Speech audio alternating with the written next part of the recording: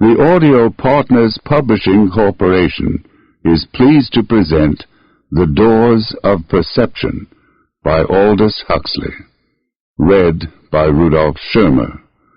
This was first published in print in 1954. It was in 1886 that the German pharmacologist Louis Levin published the first systematic study of the cactus, to which his own name was subsequently given. Anhalonium levinii was new to science. To primitive religion and the Indians of Mexico and the American Southwest, it was a friend of immemorially long standing. Indeed, it was much more than a friend. In the words of one of the early Spanish visitors to the New World, they eat a root which they call peyote, and which they venerate as though it were a deity. Why they should have venerated it as a deity became apparent when such eminent psychologists as Jensch, Havelock Ellis, and Weir Mitchell began their experiments with mescaline, the active principle of peyote.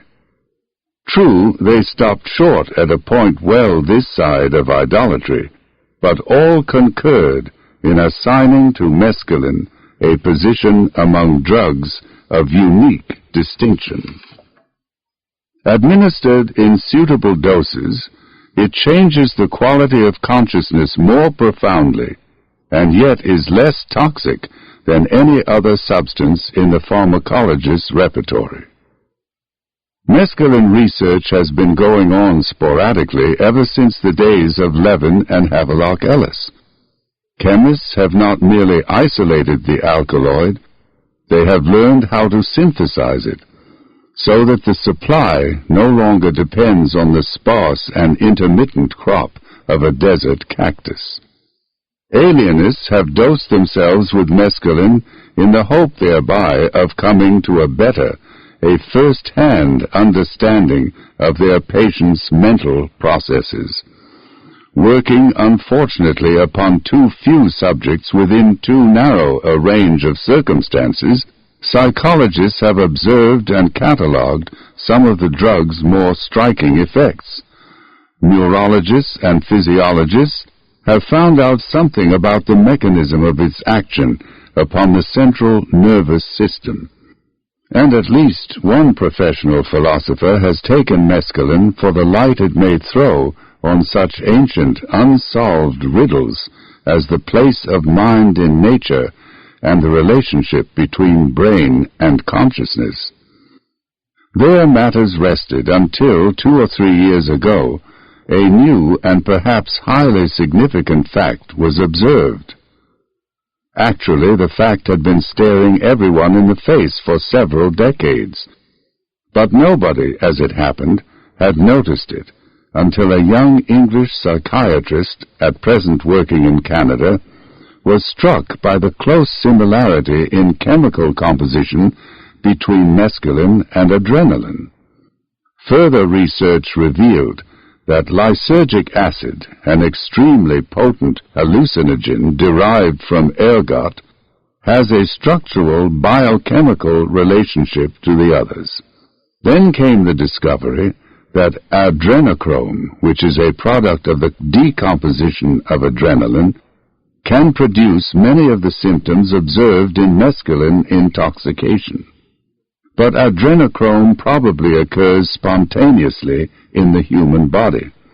In other words, each one of us may be capable of manufacturing a chemical, minute doses of which are known to cause profound changes in consciousness.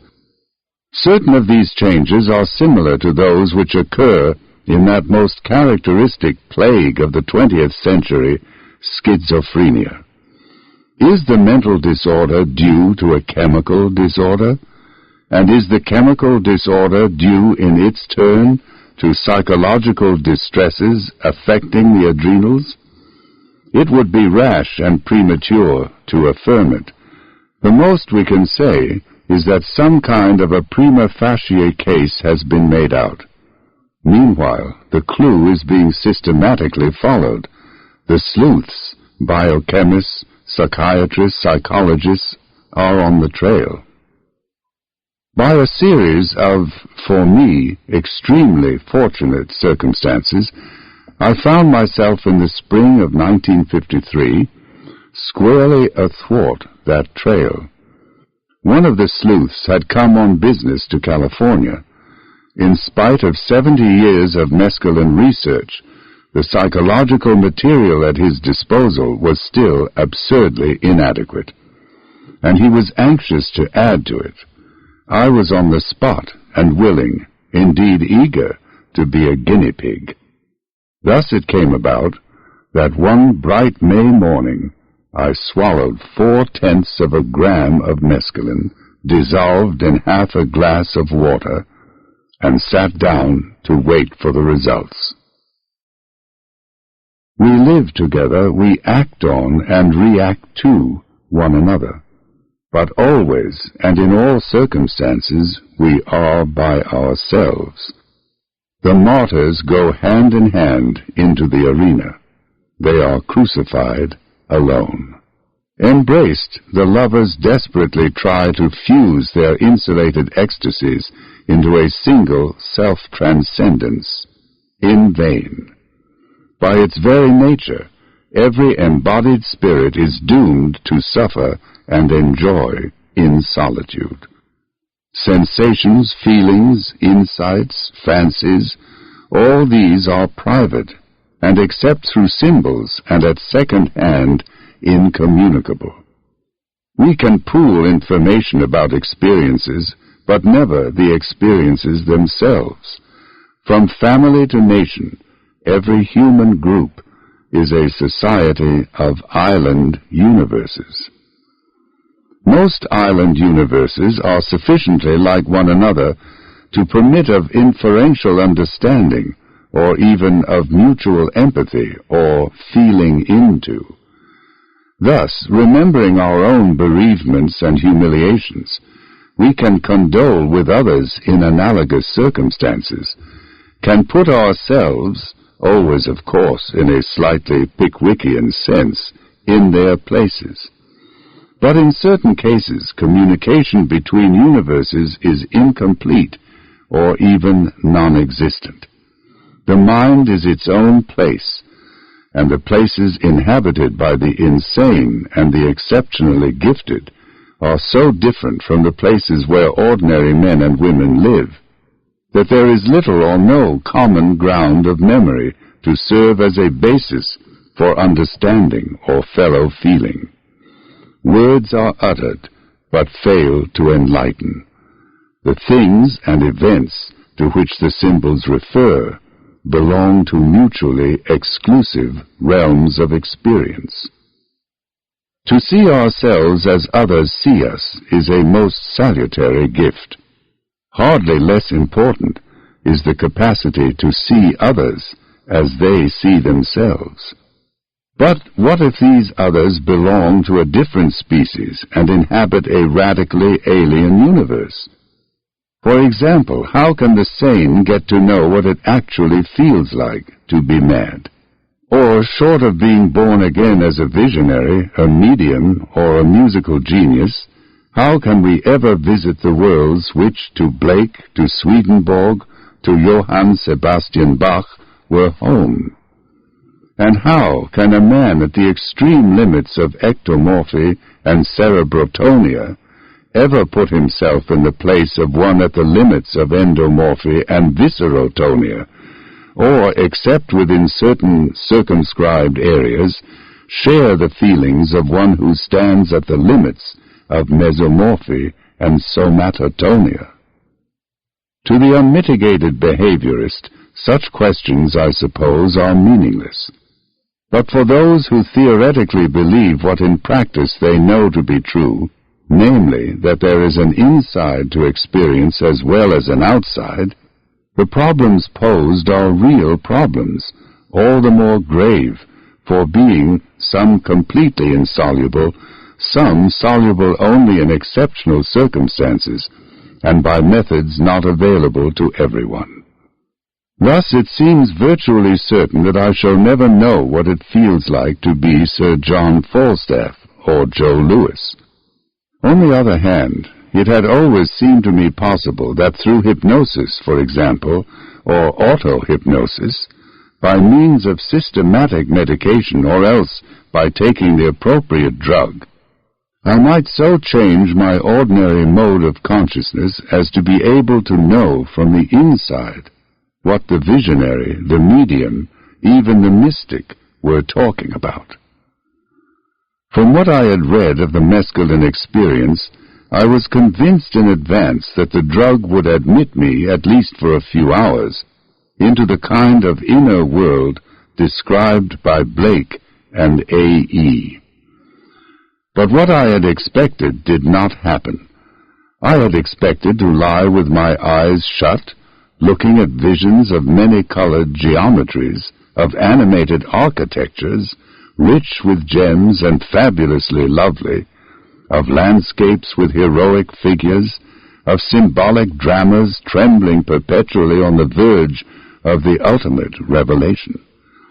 But I had not reckoned, it was evident, with the idiosyncrasies of my mental makeup, the facts of my temperament, training, and habits. I am, and for as long as I can remember, I have always been a poor visualizer. Words, even the pregnant words of poets, do not evoke pictures in my mind. No hypnagogic visions greet me on the verge of sleep. When I recall something, the memory does not present itself to me as a vividly seen event or object. By an effort of the will, I can evoke a not very vivid image of what happened yesterday afternoon, of how the Lungarno used to look before the bridges were destroyed, of the Bayswater Road when the only buses were green and tiny and drawn by aged horses at 3.5 miles an hour. But such images have little substance and absolutely no autonomous life of their own. They stand to real perceived objects in the same relation as Homer's ghosts stood to the men of flesh and blood who came to visit them in the shades. Only when I have a high temperature do my mental images come to independent life. To those in whom the faculty of visualization is strong, my inner world must seem curiously drab, limited and uninteresting. This was the world, a poor thing, but my own, which I expected to see transformed into something completely unlike itself. The change which actually took place in that world was in no sense revolutionary. Half an hour after swallowing the drug, I became aware of a slow dance of golden lights. A little later there were sumptuous red surfaces swelling and expanding from bright nodes of energy that vibrated with a continuously changing, patterned life. At another time, the closing of my eyes revealed a complex of gray structures, within which pale bluish spheres kept emerging into intense solidity, and having emerged, would slide noiselessly upwards out of sight. But at no time were there faces or forms of men or animals. I saw no landscapes, no enormous spaces, no magical growth and metamorphosis of buildings, nothing remotely like a drama or a parable. The other world to which mescaline admitted me was not the world of visions. It existed out there in what I could see with my eyes open. The great change was in the realm of objective fact. What had happened to my subjective universe was relatively unimportant. I took my pill at 11. An hour and a half later, I was sitting in my study, looking intently at a small glass vase. The vase contained only 3 flowers, a full-blown Belle of Portugal rose, shell pink with a hint at every petal's base of a hotter, flamier hue, a large magenta and cream-colored carnation, and, pale purple at the end of its broken stalk, the bold heraldic blossom of an iris. Fortuitous and provisional, the little nosegay broke all the rules of traditional good taste. At breakfast that morning, I had been struck by the lively dissonance of its colors, but that was no longer the point. I was not looking now at an unusual flower arrangement. I was seeing what Adam had seen on the morning of his creation, the miracle, moment by moment, of naked existence. "Is it agreeable?" somebody asked. During this part of the experiment, all conversations were recorded on a dictating machine, and it has been possible for me to refresh my memory of what was said. "Neither agreeable nor disagreeable," I answered. "It just is." Istigkeit, wasn't that the word Meister Eckhart liked to use? Isness, the being of Platonic philosophy, except that Plato seems to have made the enormous, the grotesque mistake of separating being from becoming and identifying it with the mathematical abstraction of the idea. He could never, poor fellow, have seen a bunch of flowers shining with their own inner light, and all but quivering under the pressure of the significance with which they were charged. Could never have perceived that what rose and iris and carnation so intensely signified was nothing more and nothing less than what they were, a transience that was yet eternal life, a perpetual perishing that was at the same time pure being, a bundle of minute, unique particulars in which, by some unspeakable and yet self-evident paradox, was to be seen the divine source of all existence. I continued to look at the flowers, and in their living light I seemed to detect the qualitative equivalent of breathing, but of a breathing without returns to a starting point, with no recurrent ebbs, but only a repeated flow from beauty to heightened beauty, from deeper to ever deeper meaning. Words like grace and transfiguration came to my mind, and this, of course, was what, among other things, they stood for.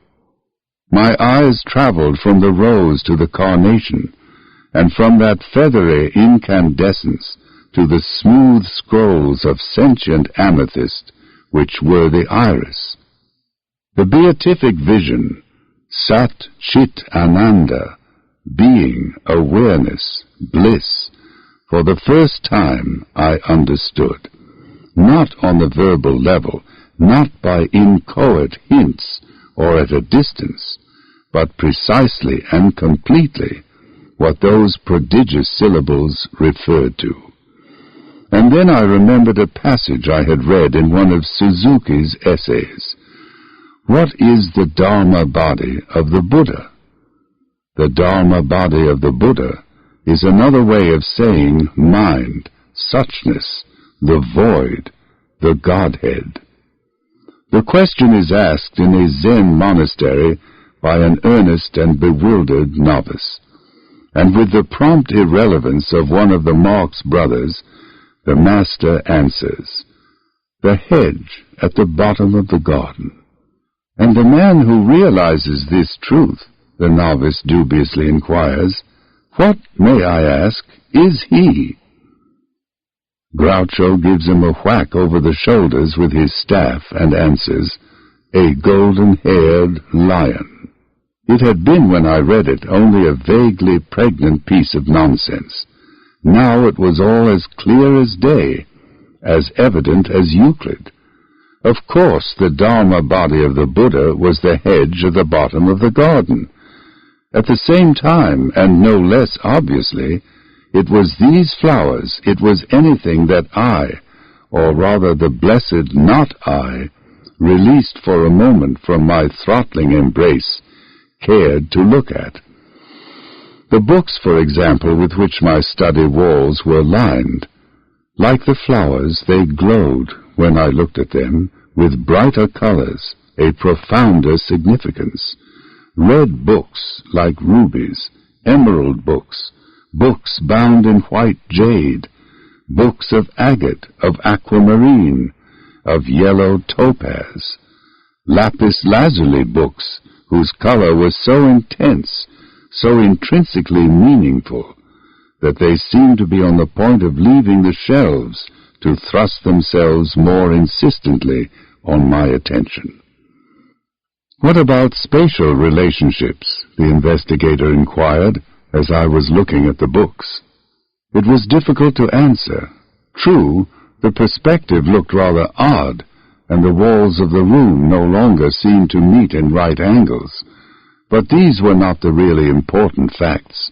The really important facts were that spatial relationships had ceased to matter very much, and that my mind was perceiving the world in terms of other than spatial categories. At ordinary times, the eye concerns itself with such problems as where, how far, how situated in relation to what. In the mescaline experience, the implied questions to which the eye responds are of another order. Place and distance cease to be of much interest. The mind does its perceiving in terms of intensity of existence, profundity of significance, relationships within a pattern. I saw the books, but was not at all concerned with their positions in space. What I noticed, what impressed itself upon my mind, was the fact that all of them glowed with living light, and that in some the glory was more manifest than in others. In this context, position and the three dimensions were beside the point. Not, of course, that the category of space had been abolished. When I got up and walked about, I could do so quite normally, without misjudging the whereabouts of objects. Space was still there, but it had lost its predominance. The mind was primarily concerned not with measures and locations, but with being and meaning. And along with indifference to space, there went an even more complete indifference to time. "There seems to be plenty of it," was all I would answer when the investigator asked me to say what I felt about time. Plenty of it, but exactly how much was entirely irrelevant. I could, of course, have looked at my watch, but my watch, I knew, was in another universe. My actual experience had been, was still, of an indefinite duration, or alternatively of a perpetual present, made up of one continually changing apocalypse. From the books, the investigator directed my attention to the furniture. A small typing table stood in the center of the room. Beyond it, from my point of view, was a wicker chair, and beyond that, a desk. The three pieces formed an intricate pattern of horizontals, uprights, and diagonals, a pattern all the more interesting for not being interpreted in terms of spatial relationships. Table, chair, and desk came together in a composition that was like something by Braque or Juan Gris, a still life recognizably related to the objective world, but rendered without depth, without any attempt at photographic realism. I was looking at my furniture not as the utilitarian who has to sit on chairs to write at desks and tables, and not as the cameraman or scientific recorder, but as the pure aesthete whose concern is only with forms and their relationships within the field of vision or the picture space. But as I looked, this purely aesthetic cubist's eye view gave place to what I can only describe as the sacramental vision of reality. I was back where I had been when I was looking at the flowers, back in a world where everything shone with the inner light and was infinite in its significance.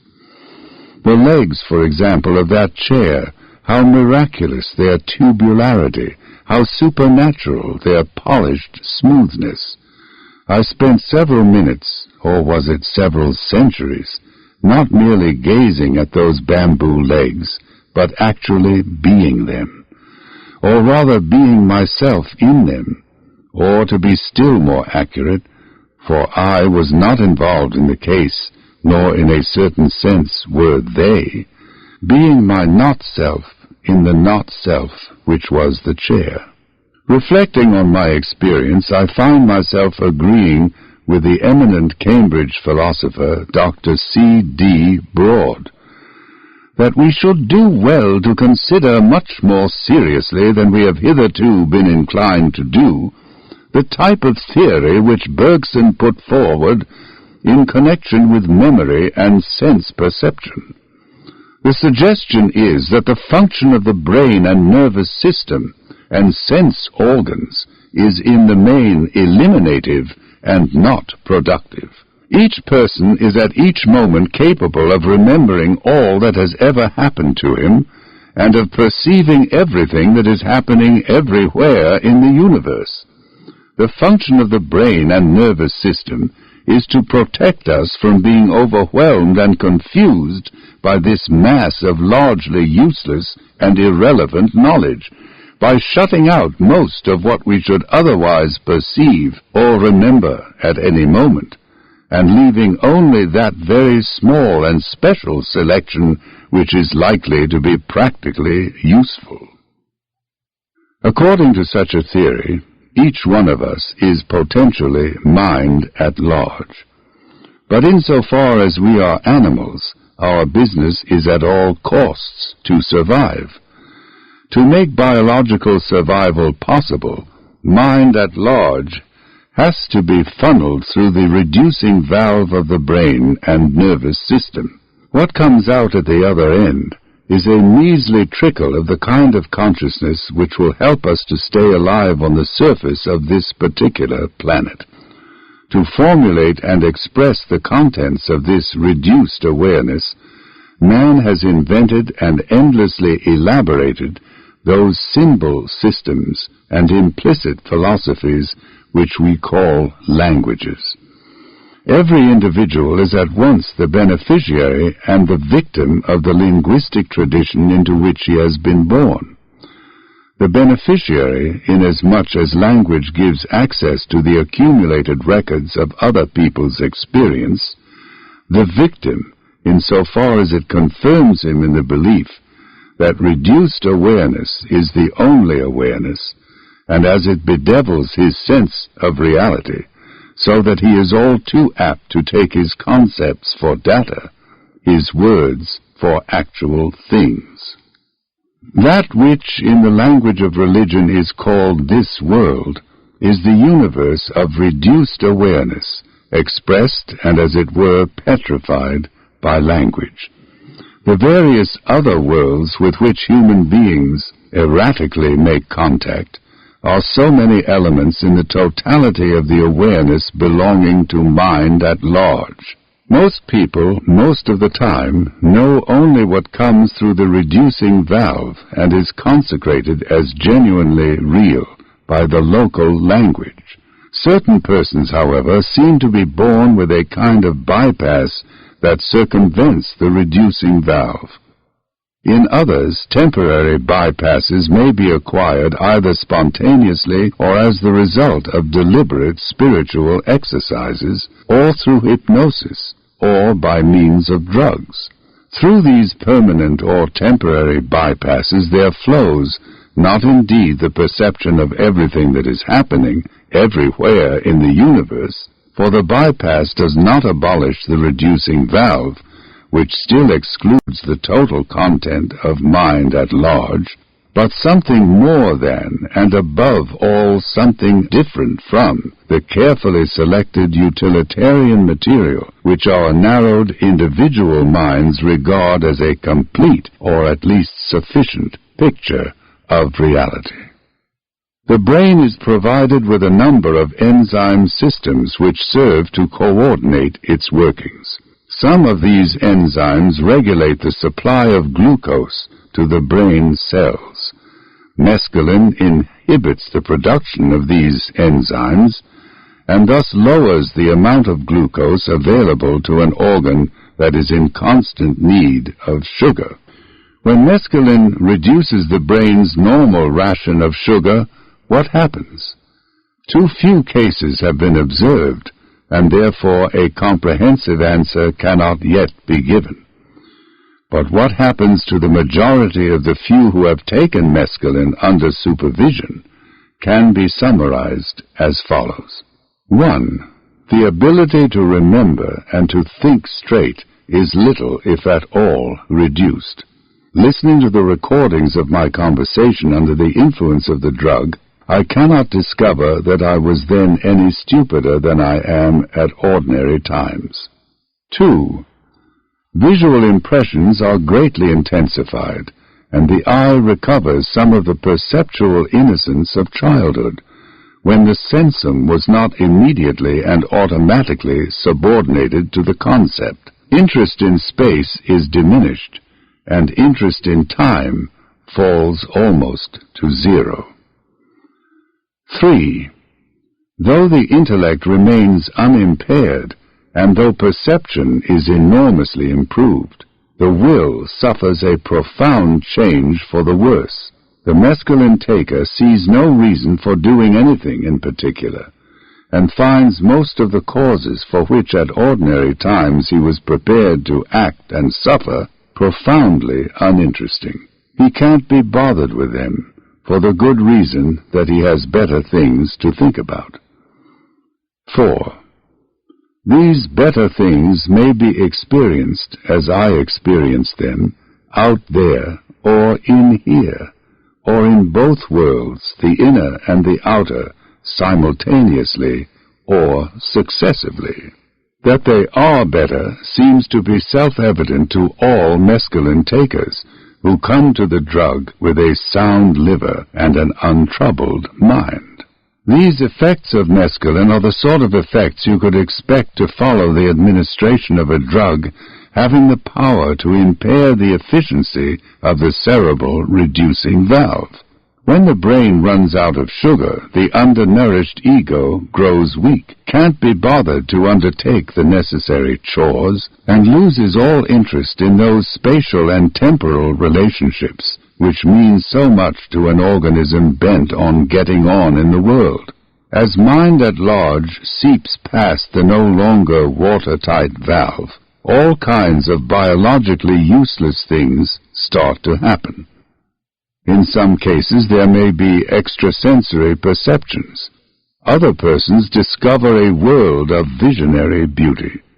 To others again is revealed the glory, the infinite value and meaningfulness of naked existence, of the given, unconceptualized event.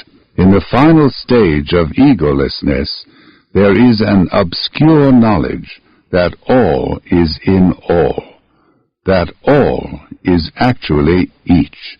This is as near, I take it, as a finite mind can ever come to perceiving everything that is happening everywhere in the universe. In this context, how significant is the enormous heightening under mescaline of the perception of color. For certain animals, it is biologically very important to be able to distinguish certain hues, but beyond the limits of their utilitarian spectrum, most creatures are completely color-blind. Bees, for example, spend most of their time deflowering the fresh virgins of the spring, but as von Frisch has shown, they can recognize only a very few colors. Man's highly developed color sense is a biological luxury. inestimably precious to him as an intellectual and spiritual being, but unnecessary to his survival as an animal. To judge by the adjectives which Homer puts into their mouths, the heroes of the Trojan War hardly excelled the bees in their capacity to distinguish colors. In this respect, at least, mankind's advance has been prodigious. Mescaline raises all colors to a higher power, and makes the percipient aware of innumerable fine shades of difference, to which, at ordinary times, he is completely blind. It would seem that for mind at large, the so-called secondary characters of things are primary. Unlike Locke, it evidently feels that colors are more important, better worth attending to, than masses, positions, and dimensions. Like mescaline takers, many mystics perceive supernaturally brilliant colors, not only with the inward eye, but even in the objective world around them. Similar reports are made by psychics and sensitives. There are certain mediums to whom the mescaline taker's brief revelation is a matter during long periods of daily and hourly experience. From this long but indispensable excursion into the realms of theory, we may now return to the miraculous facts. 4 bamboo chair legs in the middle of a room. Like Wordsworth's daffodils, they brought all manner of wealth, the gift beyond price of a new direct insight into the very nature of things, together with a more modest treasure of understanding in the field especially of the arts. A rose is a rose is a rose. But these chair legs, were St. Michael and all angels.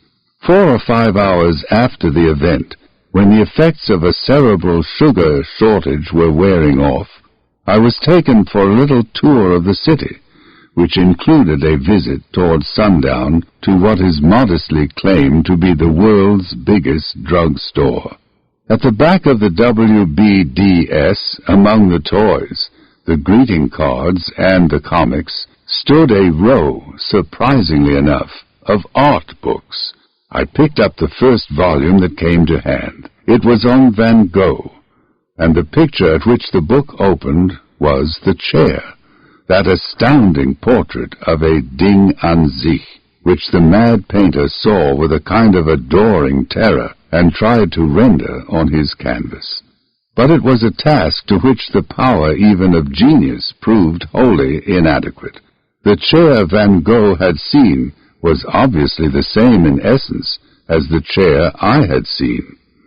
But, though incomparably more real than the chairs of ordinary perception, the chair in his picture remained no more than an unusually expressive symbol of the fact.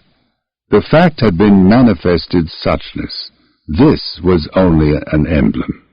Such emblems are sources of true knowledge about the nature of things, and this true knowledge may serve to prepare the mind which accepts it for immediate insights on its own account. But that is all. However expressive, symbols can never be the things they stand for. It would be interesting in this context to make a study of the works of art available to the great knowers of suchness. What sort of pictures did Eckhart look at? What sculptures and paintings played a part in the religious experience of St. John of the Cross, of Hakuin, of Hui Ning, of William Law? The questions are beyond my power to answer, but I strongly suspect that most of the great knowers of suchness paid very little attention to art, some refusing to have anything to do with it at all, others being content with what a critical eye would regard as second-rate or even tenth-rate works. To a person whose transfigured and transfiguring mind can see the all in every this, the first-rateness or tenth-rateness of even a religious painting will be a matter of the most sovereign indifference. Art, I suppose, is only for beginners. or else for those resolute dead-enders who have made up their minds to be content with the ersatz of suchness, with symbols rather than with what they signify, with the elegantly composed recipe in lieu of actual dinner.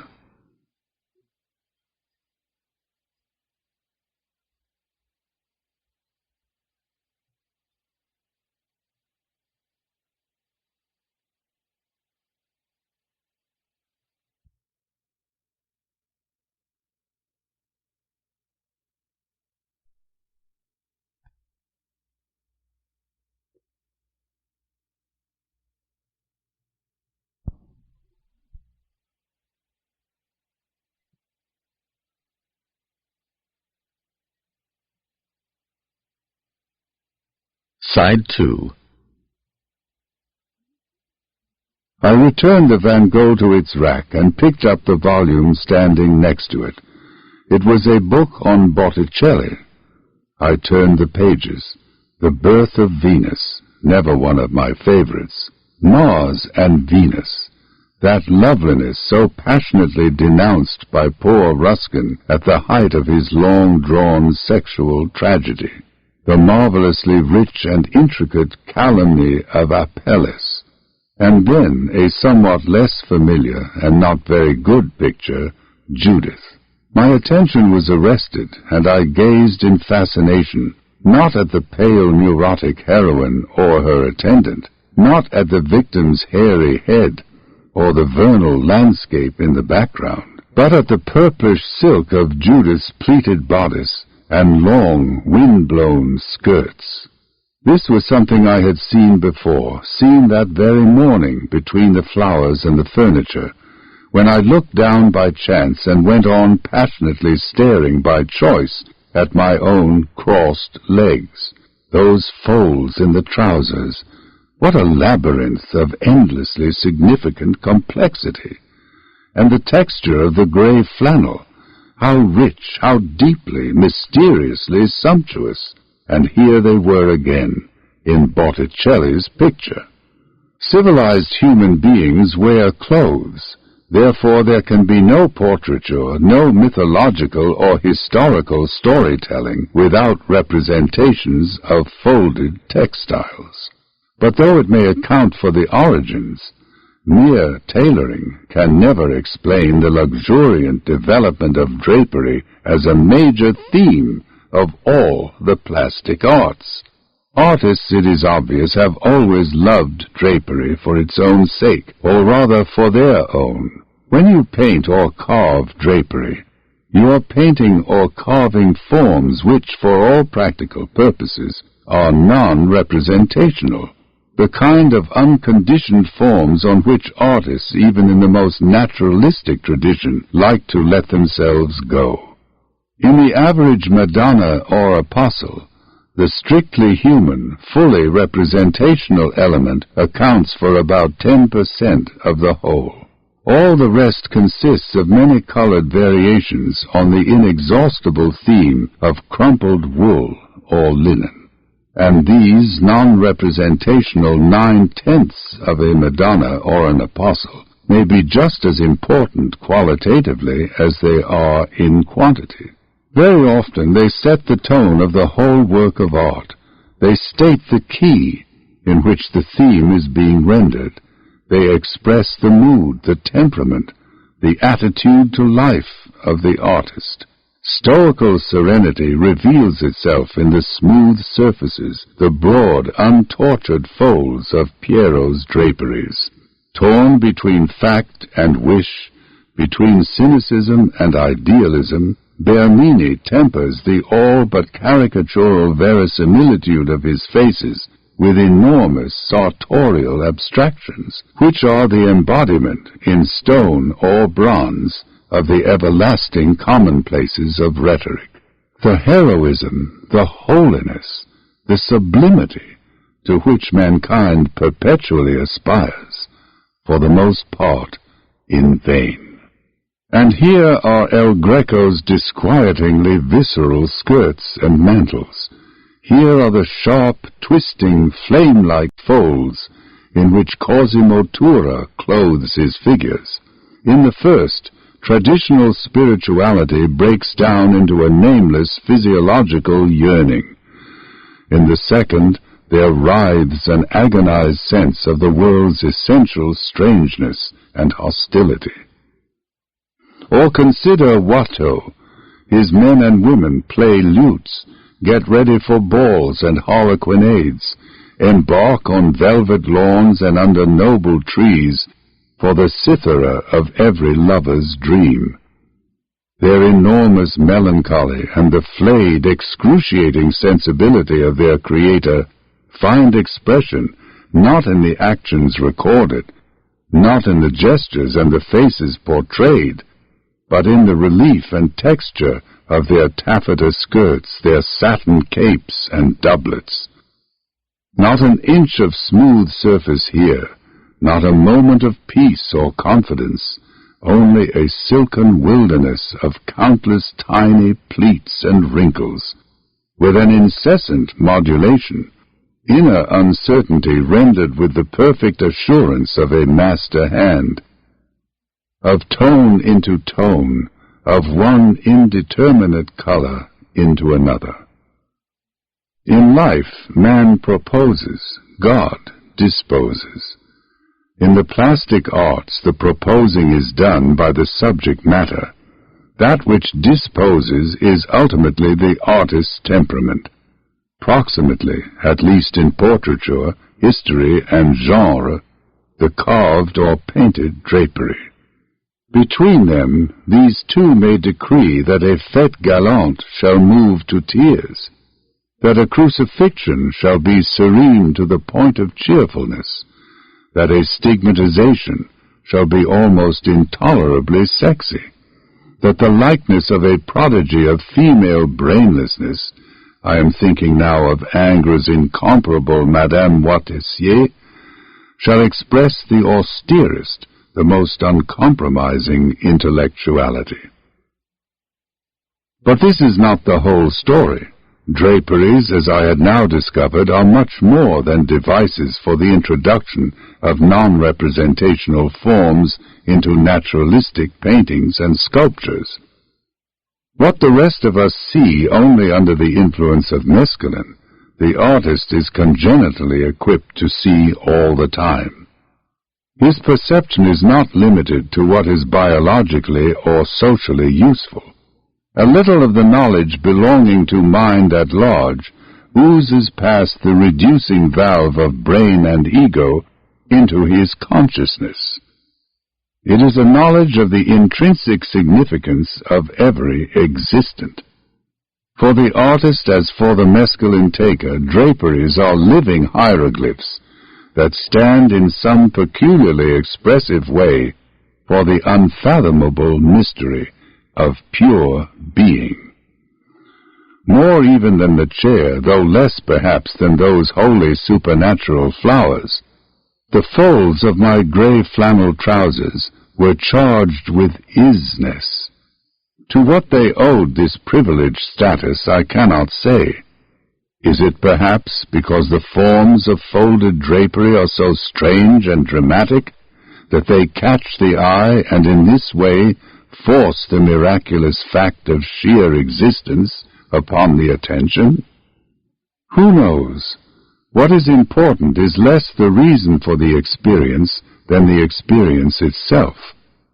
Poring over Judith's skirts there in the world's biggest drugstore, I knew that Botticelli, and not Botticelli alone, but many others too, had looked at draperies with the same transfigured and transfiguring eyes as had been mine that morning.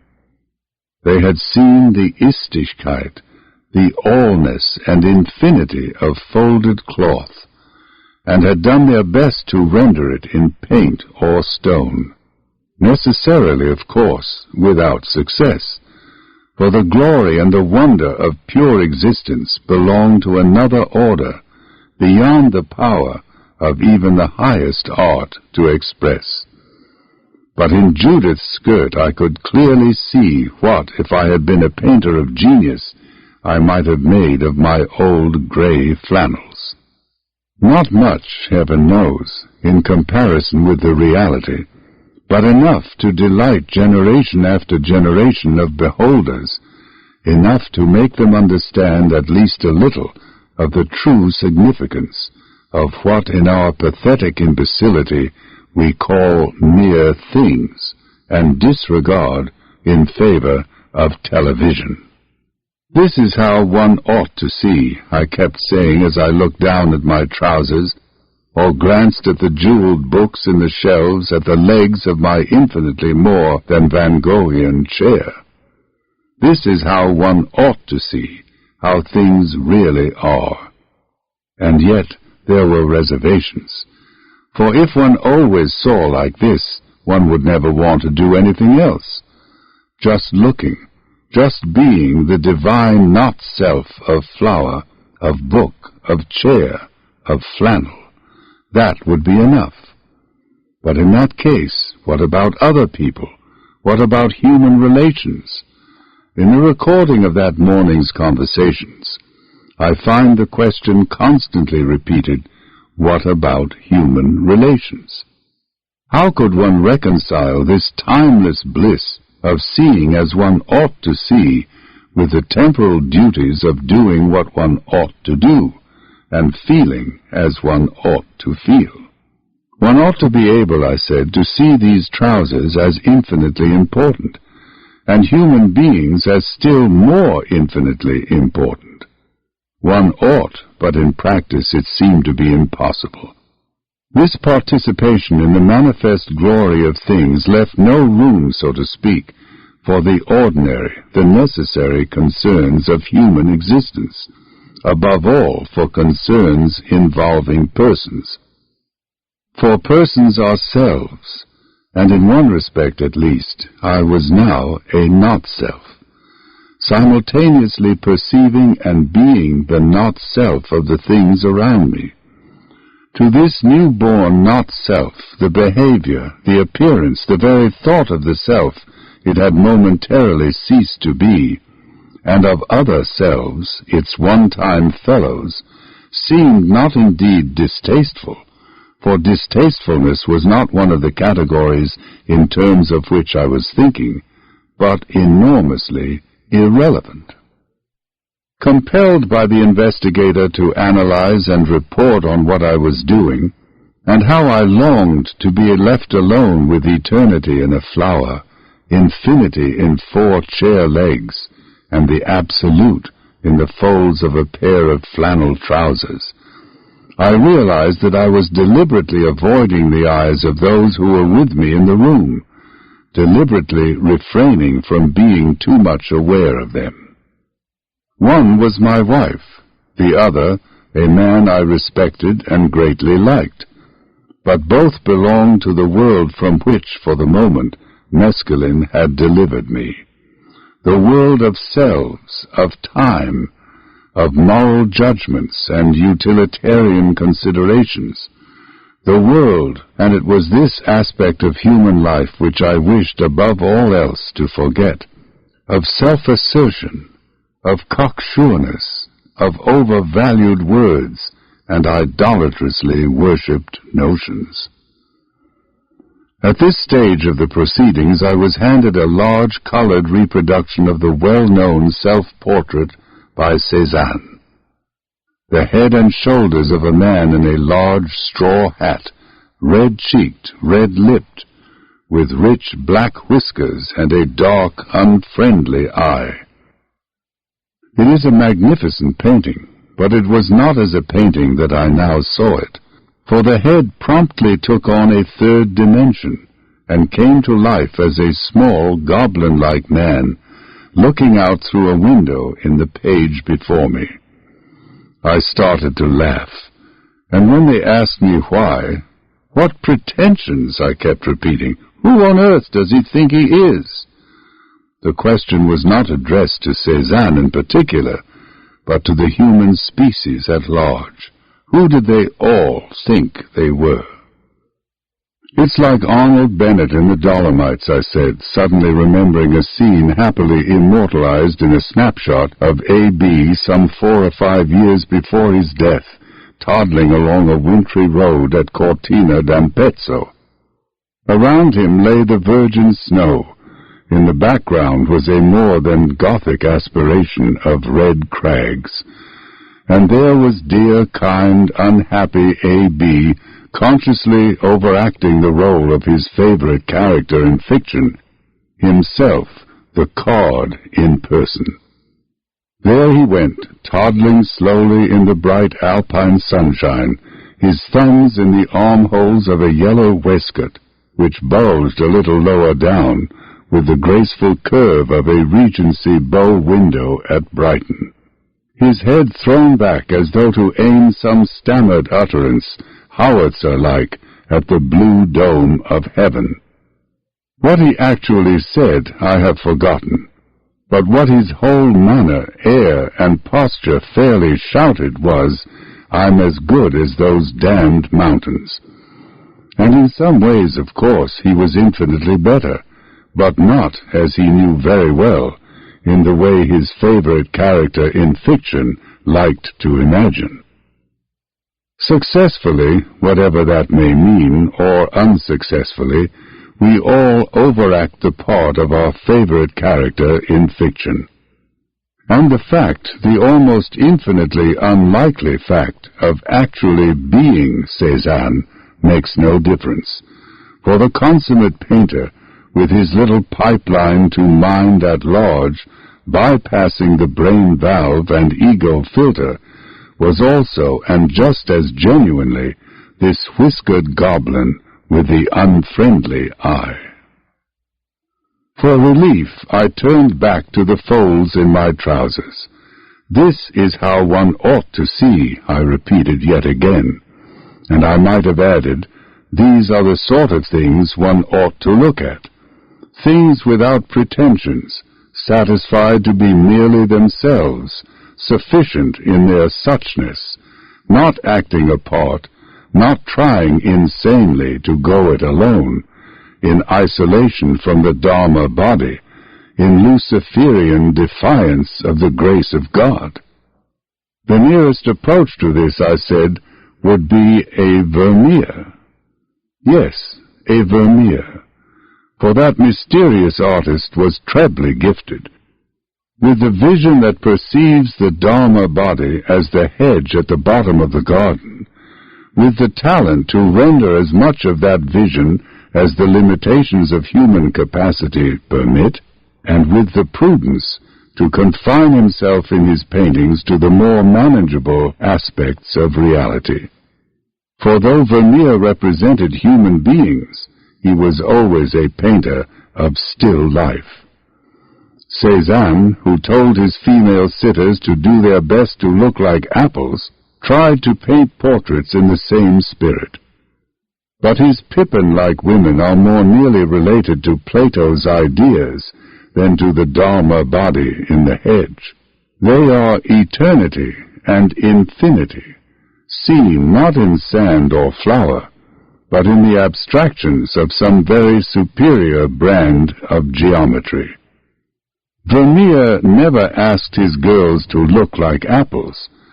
On the contrary, he insisted on their being girls to the very limit, but always with the proviso that they refrain from behaving girlishly.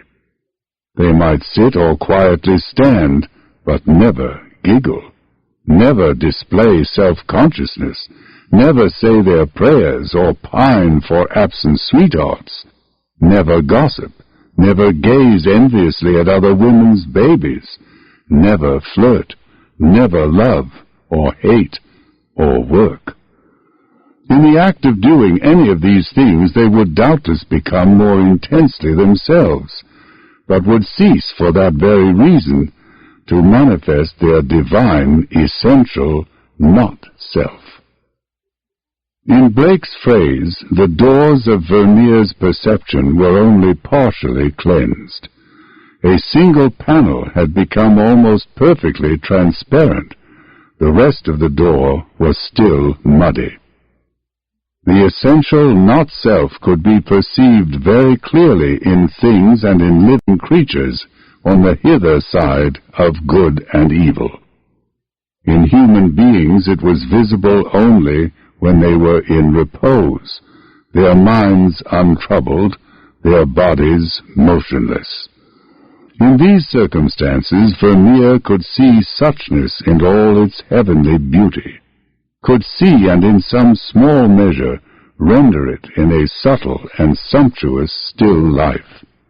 Vermeer is undoubtedly the greatest painter of human still lives. But there have been others, for example Vermeer's French contemporaries, the Le Nain brothers.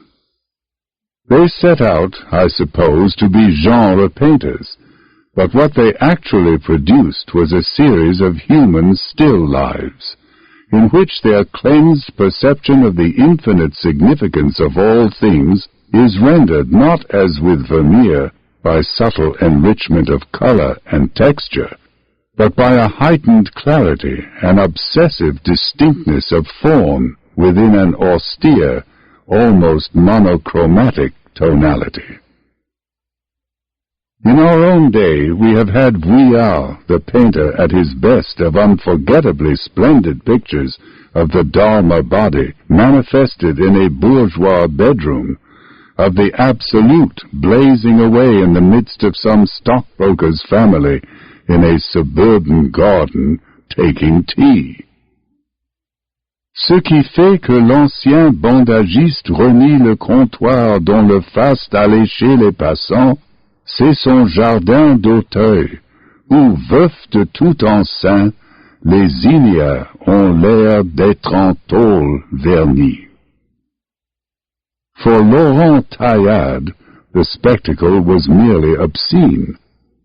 But if the retired rubber goods merchant had sat still enough, Vuillard would have seen in him only the Dharma body, would have painted in the zinnias the goldfish pool, the villa's Moorish tower and Chinese lanterns, a corner of Eden before the fall. But meanwhile my question remained unanswered. How was this cleansed perception to be reconciled with a proper concern with human relations, with the necessary chores and duties, to say nothing of charity and practical compassion? The age-old debate between the actives and the contemplatives was being renewed so far as I was concerned, with an unprecedented poignancy.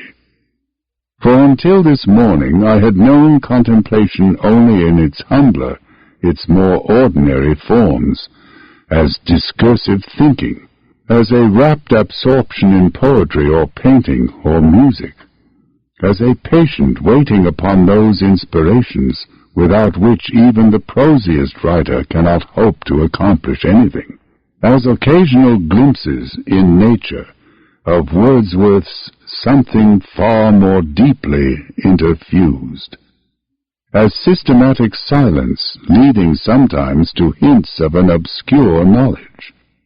But now I knew contemplation at its height, but not yet in its fullness, for in its fullness the way of Mary includes the way of Martha, and raises it, so to speak, to its own higher power.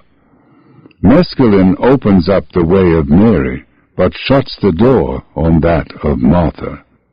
It gives access to contemplation, but to a contemplation that is incompatible with action, and even with the will to action, the very thought of action.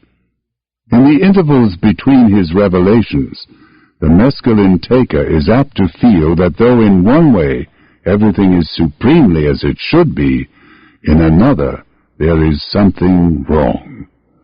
His problem is essentially the same as that which confronts the quietist, the arhat, and on another level the landscape painter and the painter of human still lives. Mescaline can never solve that problem. It can only pose it apocalyptically for those to whom it had never before presented itself.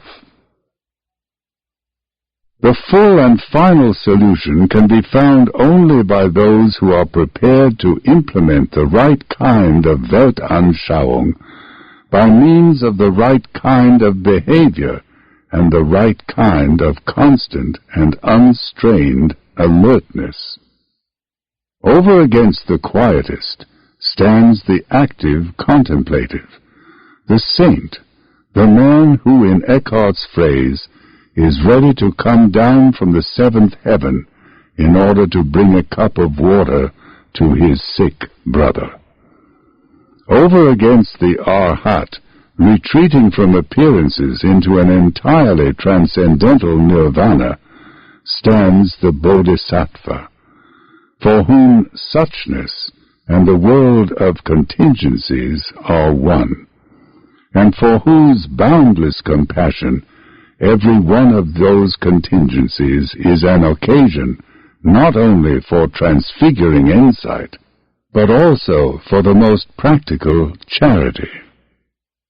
And in the universe of art, over against Vermeer and the other painters of human still lives, over against the masters of Chinese and Japanese landscape painting, over against Constable and Turner, against Sisley and Seurat and Cézanne, stands the all-inclusive art of Rembrandt. These are enormous names, inaccessible eminences. For myself, on this memorable May morning, I could only be grateful for an experience which had shown me, more clearly than I had ever seen it before, the true nature of the challenge and the completely liberating response. Let me add, before we leave this subject, that there is no form of contemplation, even the most quietistic, which is without its ethical values. Half at least of all morality is negative, and consists in keeping out of mischief. The Lord's Prayer is less than 50 words long, and 6 of those words are devoted to asking God not to lead us into temptation. The one-sided contemplative leaves undone many things that he ought to do, but to make up for it, he refrains from doing a host of things he ought not to do. The sum of evil, Pascal remarked, would be much diminished if men could only learn to sit quietly in their rooms. The contemplative, whose perception has been cleansed, does not have to stay in his room. He can go about his business so completely satisfied to see and be a part of the divine order of things that he will never even be tempted to indulge in what Traherne called the dirty devices of the world.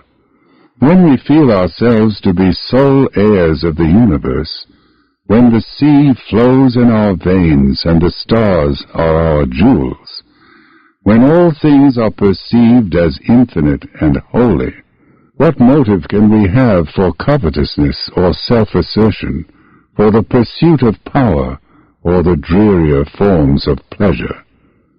Contemplatives are not likely to become gamblers or procurers or drunkards. They do not as a rule preach intolerance or make war, do not find it necessary to rob, swindle, or grind the faces of the poor. And to these enormous negative virtues we may add another which, though hard to define, is both positive and important. The Arhat and the quietist may not practice contemplation in its fullness, but if they practice it at all, they may bring back enlightening reports of another, a transcendent country of the mind.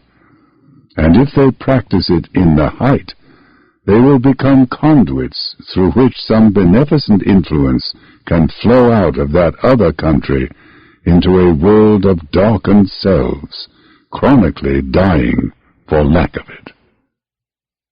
Meanwhile, I had turned at the investigator's request from the portrait of Cézanne to what was going on inside my head when I shut my eyes. This time the inscape was curiously unrewarding. The field of vision was filled with brightly colored, constantly changing structures that seemed to be made of plastic or enameled tin. Cheap, I commented. Trivial, like things in a 5 and 10. And all this shoddiness existed in a closed, cramped universe. It's as though one were below decks in a ship, I said, a 5 and 10 cent ship. And as I looked, it became very clear that this 5 and 10 cent ship was in some way connected with human pretensions, with the portrait of Cézanne, with A.B. among the Dolomites overacting his favorite character in fiction. This suffocating interior of a dime store ship was my own personal self. These gimcrack mobiles of tin and plastic were my personal contributions to the universe. I felt the lesson to be salutary, but was sorry nonetheless that it had had to be administered at this moment and in this form.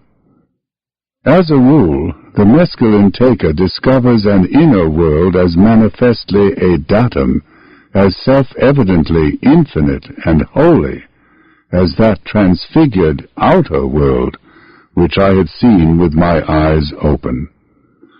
From the first, my own case had been different.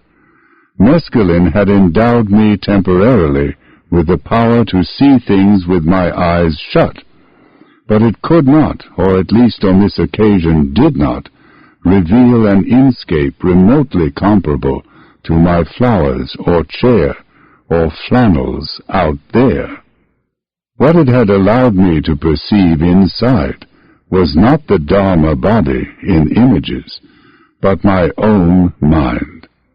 Not suchness, but a set of symbols, in other words, a homemade substitute for suchness. Most visualizers are transformed by mescaline into visionaries. Some of them, and they are perhaps more numerous than is generally supposed, require no transformation. They are visionaries all the time. The mental species to which Blake belonged is fairly widely distributed even in the urban industrial societies of the present day. The poet-artist's uniqueness does not consist in the fact that, to quote from his descriptive catalogue, he actually saw those wonderful originals called in the sacred scriptures the cherubim. It does not consist in the fact that these wonderful originals seen in my visions were some of them 100 feet in height, all containing mythological and recondite meaning. It consists solely in his ability to render, in words or somewhat less successfully in line and color, some hint at least of a not excessively uncommon experience. The untalented visionary may perceive an inner reality no less tremendous, beautiful, and significant than the world beheld by Blake, but he lacks altogether the ability to express in literary or plastic symbols what he has seen. From the records of religion and the surviving monuments of poetry and the plastic arts, it is very plain that at most times and in most places men have attached more importance to the inscape than to objective existence, have felt that what they saw with their eyes shut possessed a spiritually higher significance than what they saw with their eyes open. The reason? Familiarity breeds contempt, and how to survive is a problem ranging in urgency from the chronically tedious to the excruciating. The outer world is what we wake up to every morning of our lives, is the place where willy-nilly we must try to make our living. In the inner world there is neither work nor monotony. We visit it only in dreams and musings, and its strangeness is such that we never find the same world on two successive occasions. What wonder, then, if human beings in their search for the divine have generally preferred to look within? Generally, but not always. In their art, no less than in their religion, the Taoists and the Zen Buddhists look beyond visions to the void, and through the void at the 10,000 things of objective reality. Because of their doctrine of the Word made flesh, Christians should have been able from the first to adopt a similar attitude towards the universe around them. But because of the doctrine of the Fall, they found it very hard to do so. As recently as 300 years ago, an expression of thoroughgoing world denial and even world condemnation was both orthodox and comprehensible.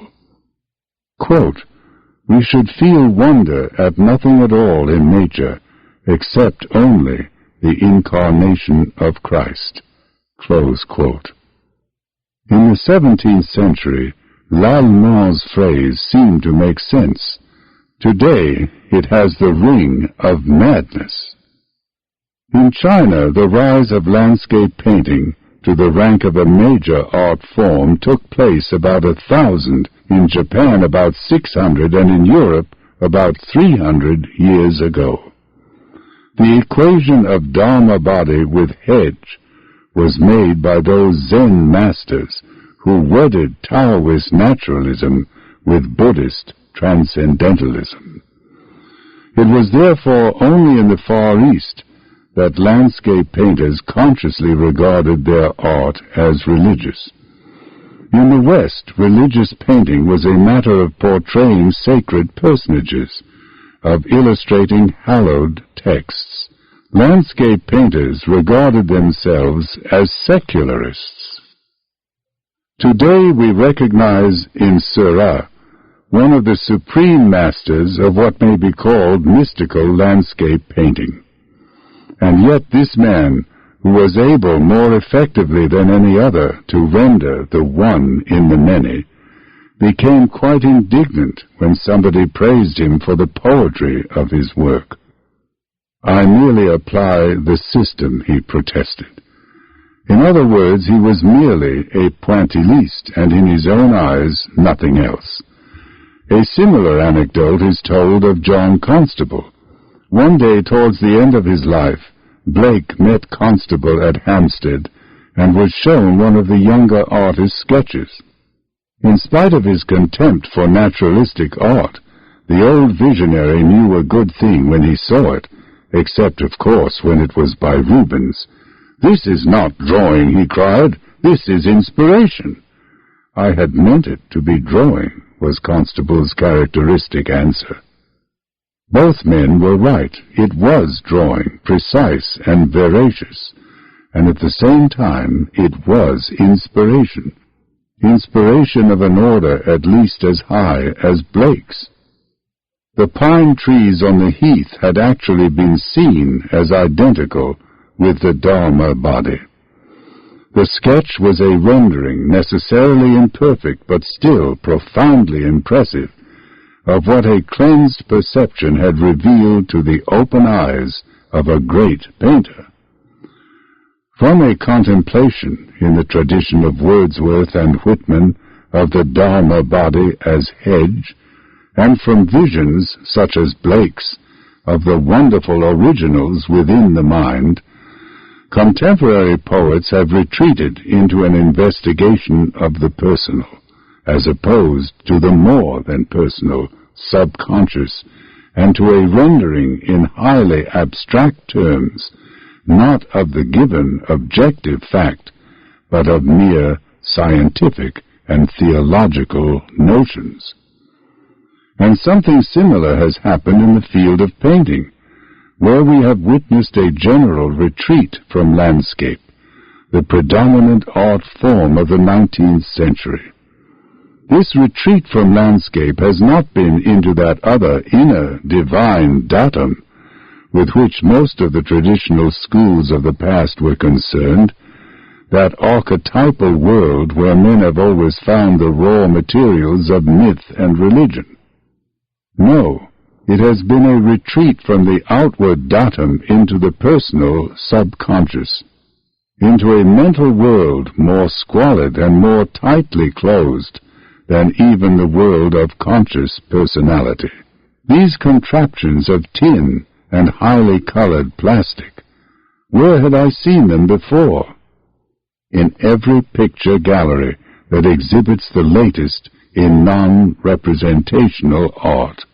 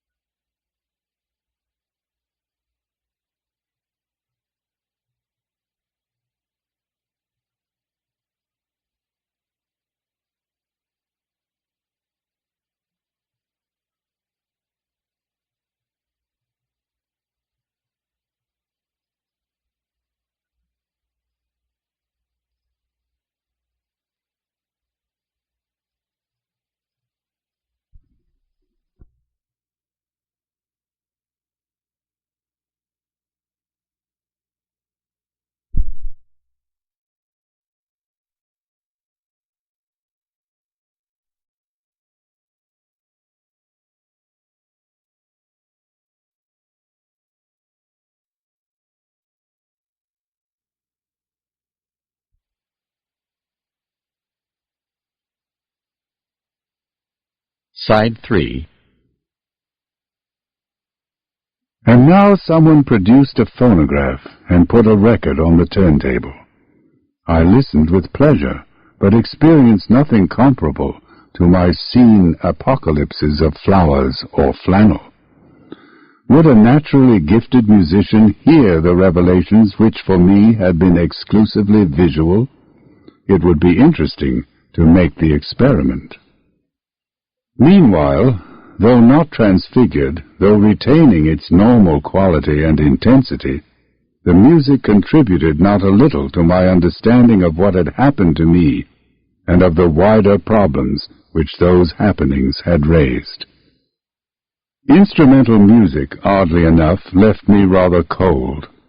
Mozart's C minor piano concerto was interrupted after the first movement, and a recording of some madrigals by Gesualdo took its place.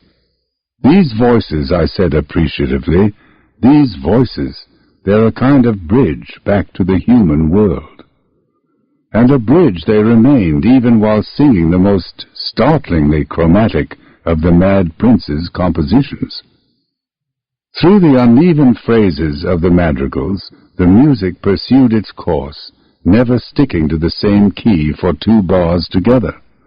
In Gesualdo, that fantastic character out of a Webster melodrama, psychological disintegration had exaggerated, had pushed to the extreme limit a tendency inherent in modal as opposed to fully tonal music. The resulting works sounded as though they might have been written by the later Schoenberg. And yet I felt myself constrained to say, as I listened to these strange products of a counter-Reformation psychosis working upon a late medieval art form, and yet it does not matter that he's all in bits. The whole is disorganized, but each individual fragment is in order, is a representative of a higher order. The highest order prevails even in the disintegration. The totality is present even in the broken pieces, more clearly present, perhaps, than in a completely coherent work. At least you aren't lulled into a sense of false security by some merely human, merely fabricated order. You have to rely on your immediate perception of the ultimate order. So in a certain sense, disintegration may have its advantages. But of course it's dangerous, horribly dangerous. Suppose you couldn't get back out of the chaos. From Gesualdo's madrigals we jumped across a gulf of 3 centuries to Alban Berg and the lyric suite. This, I announced in advance, is going to be hell. But as it turned out, I was wrong. Actually, the music sounded rather funny. Dredged up from the personal subconscious, agony succeeded 12-tone agony.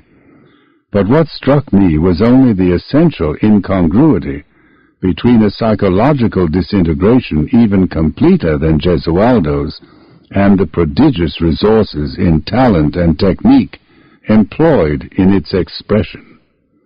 "Isn't he sorry for himself?" I commented with a derisive lack of sympathy. And then Katzenmusik, learned Katzenmusik. And finally, after a few more minutes of the anguish, who cares what his feelings are? Why can't he pay attention to something else? As a criticism of what is undoubtedly a very remarkable work, it was unfair and inadequate, but not, I think, irrelevant. I cite it for what it is worth, and because that is how, in a state of pure contemplation, I reacted to the lyric suite. When it was over, the investigator suggested a walk in the garden. I was willing, and though my body seemed to have dissociated itself almost completely from my mind, or, to be more accurate, though my awareness of the transfigured outer world was no longer accompanied by an awareness of my physical organism, I found myself able to get up, open the French window, and walk out with only a minimum of hesitation. It was odd, of course, to feel that I was not the same as these arms and legs out there, as this wholly objective trunk and neck and even head. It was odd, but one soon got used to it, and anyhow the body seemed perfectly well able to look after itself. In reality, of course, it always does look after itself. All that the conscious ego can do is to formulate wishes, which are then carried out by forces which it controls very little and understands not at all. When it does anything more, when it tries too hard, for example, when it worries, when it becomes apprehensive about the future, it lowers the effectiveness of those forces and may even cause the devitalized body to fall ill. In my present state, awareness was not referred to as ego. It was, so to speak, on its own. This meant that the physiological intelligence controlling the body was also on its own. For the moment, that interfering neurotic, who in waking hours tries to run the show, was blessedly out of the way.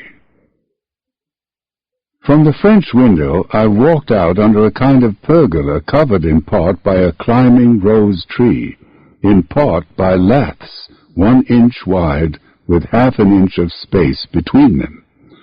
The sun was shining, and the shadows of the laths made a zebra-like pattern on the ground, and across the seat and back of a garden chair, which was standing at this end of the pergola. That chair, shall I ever forget it? Where the shadows fell on the canvas upholstery, stripes of a deep but glowing indigo alternated with stripes of an incandescence so intensely bright that it was hard to believe that they could be made of anything but blue fire. For what seemed an immensely long time, I gazed without knowing, even without wishing to know, what it was that confronted me. At any other time I would have seen a chair barred with alternate light and shade. Today the percept had swallowed up the concept. I was so completely absorbed in looking, so thunderstruck by what I actually saw, that I could not be aware of anything else. Garden furniture, laths, sunlight, shadow, these were no more than names and notions, mere verbalizations, for utilitarian or scientific purposes after the event. The event was this succession of azure furnace doors, separated by gulfs of unfathomable gentian. It was inexpressibly wonderful, wonderful to the point almost of being terrifying. And suddenly I had an inkling of what it must feel like to be mad. Schizophrenia has its heavens as well as its hells and purgatories. I remember what an old friend, dead these many years, told me about his mad wife. One day, in the early stages of the disease, when she still had her lucid intervals, he had gone to talk to her about their children. She listened for a time, then cut him short. How could he bear to waste his time on a couple of absent children, when all that really mattered, here and now, was the unspeakable beauty of the patterns he made in this brown tweed jacket every time he moved his arms?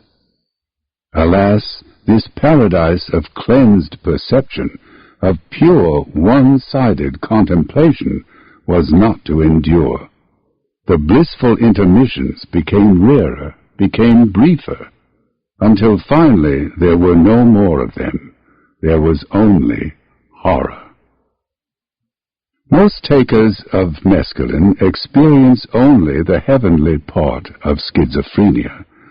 The drug brings hell and purgatory only to those who have had a recent case of jaundice, or who suffer from periodical depressions or a chronic anxiety.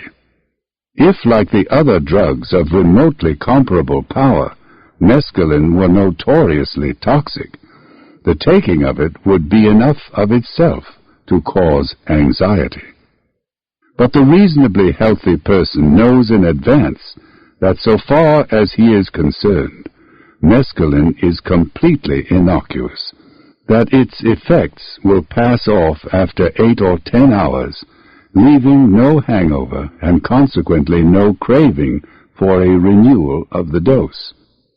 Fortified by this knowledge, he embarks upon the experiment without fear, in other words, without any disposition to convert an unprecedentedly strange and other than human experience into something appalling, something actually diabolical. Confronted by a chair which looked like the Last Judgment, or to be more accurate, by a Last Judgment which after a long time and with considerable difficulty I recognized as a chair, I found myself all at once on the brink of panic. This, I suddenly felt, was going too far, even though the going was into intenser beauty, deeper significance. The fear, as I analyze it in retrospect, was of being overwhelmed, of disintegrating under a pressure of reality greater than a mind accustomed to living most of the time in a cozy world of symbols could possibly bear. The literature of religious experience abounds in references to the pains and terrors overwhelming those who have come too suddenly face to face with some manifestation of the mysterium tremendum. In theological language, this fear is due to the incompatibility between man's egotism and the divine purity, between man's self-aggravated separateness and the infinity of God. Following Burma and William Law, we may say that by unregenerate souls, the divine light at its full blaze can be apprehended only as a burning purgatorial fire. An almost identical doctrine is to be found in the Tibetan Book of the Dead, where the departed soul is described as shrinking in agony from the pure light of the void, and even from the lesser tempered lights, in order to rush headlong into the comforting darkness of selfhood as a reborn human being, or even as a beast, an unhappy ghost, a denizen of hell. Anything rather than the burning brightness of unmitigated reality. Anything. The schizophrenic is a soul not merely unregenerate, but desperately sick into the bargain. His sickness consists in the inability to take refuge from inner and outer reality, as the sane person habitually does, in the homemade universe of common sense, the strictly human world of useful notions, shared symbols, and socially acceptable conventions. The schizophrenic is like a man permanently under the influence of mescaline, and therefore unable to shut off the experience of a reality which he is not holy enough to live with, which he cannot explain away because it is the most stubborn of primary facts, and which, because it never permits him to look at the world with merely human eyes, scares him into interpreting its unremitting strangeness, its burning intensity of significance, as the manifestations of human or even cosmic malevolence, calling for the most desperate countermeasures, from murderous violence at one end of the scale to catatonia or psychological suicide at the other. And once embarked upon the downward, the infernal road, one would never be able to stop. That now was only too obvious. If you started in the wrong way, I said in answer to the investigator's questions, everything that happened would be a proof of the conspiracy against you. It would all be self-validating. You couldn't draw a breath without knowing it was part of the plot. So you think you know where madness lies? My answer was a convinced and heartfelt yes. And you couldn't control it? No, I couldn't control it. If one began with fear and hate as the major premise, one would have to go on to the conclusion. Would you be able, my wife asked, to fix your attention on what the Tibetan Book of the Dead calls the clear light? I was doubtful. Would it keep the evil away if you could hold it, or would you not be able to hold it? I considered the question for some time. Perhaps, I answered at last, perhaps I could, but only if there was somebody there to tell me about the clear light. One couldn't do it by oneself. That's the point, I suppose, of the Tibetan ritual. Someone sitting there all the time and telling you what's what. After listening to the record of this part of the experiment, I took down my copy of Evans Wentz's edition of the Tibetan Book of the Dead and opened at random. O nobly born, let not thy mind be distracted. That was the problem, to remain undistracted. Undistracted by the memory of past sins, by imagined pleasure, by the bitter aftertaste of old wrongs and humiliations, by all the fears and hates and cravings that ordinarily eclipse the light. What those Buddhist monks did for the dying and the dead, might not the modern psychiatrist do for the insane? Let there be a voice to assure them by day and even while they are asleep, that in spite of all the terror, all the bewilderment and confusion, the ultimate reality remains unshakably itself, and is of the same substance as the inner light of even the most cruelly tormented mind.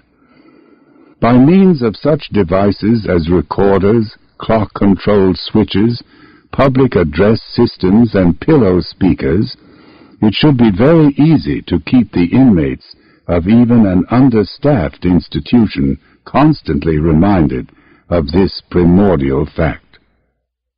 Perhaps a few of the lost souls might in this way be helped to win some measure of control over the universe, at once beautiful and appalling, but always other than human, always totally incomprehensible, in which they find themselves condemned to live. None too soon, I was steered away from the disquieting splendors of my garden chair. Drooping in green parabolas from the hedge, the ivy fronds shone with a kind of glassy, jade-like radiance. A moment later, a clump of red-hot pokers in full bloom had exploded into my field of vision, so passionately alive that they seemed to be standing on the very brink of utterance.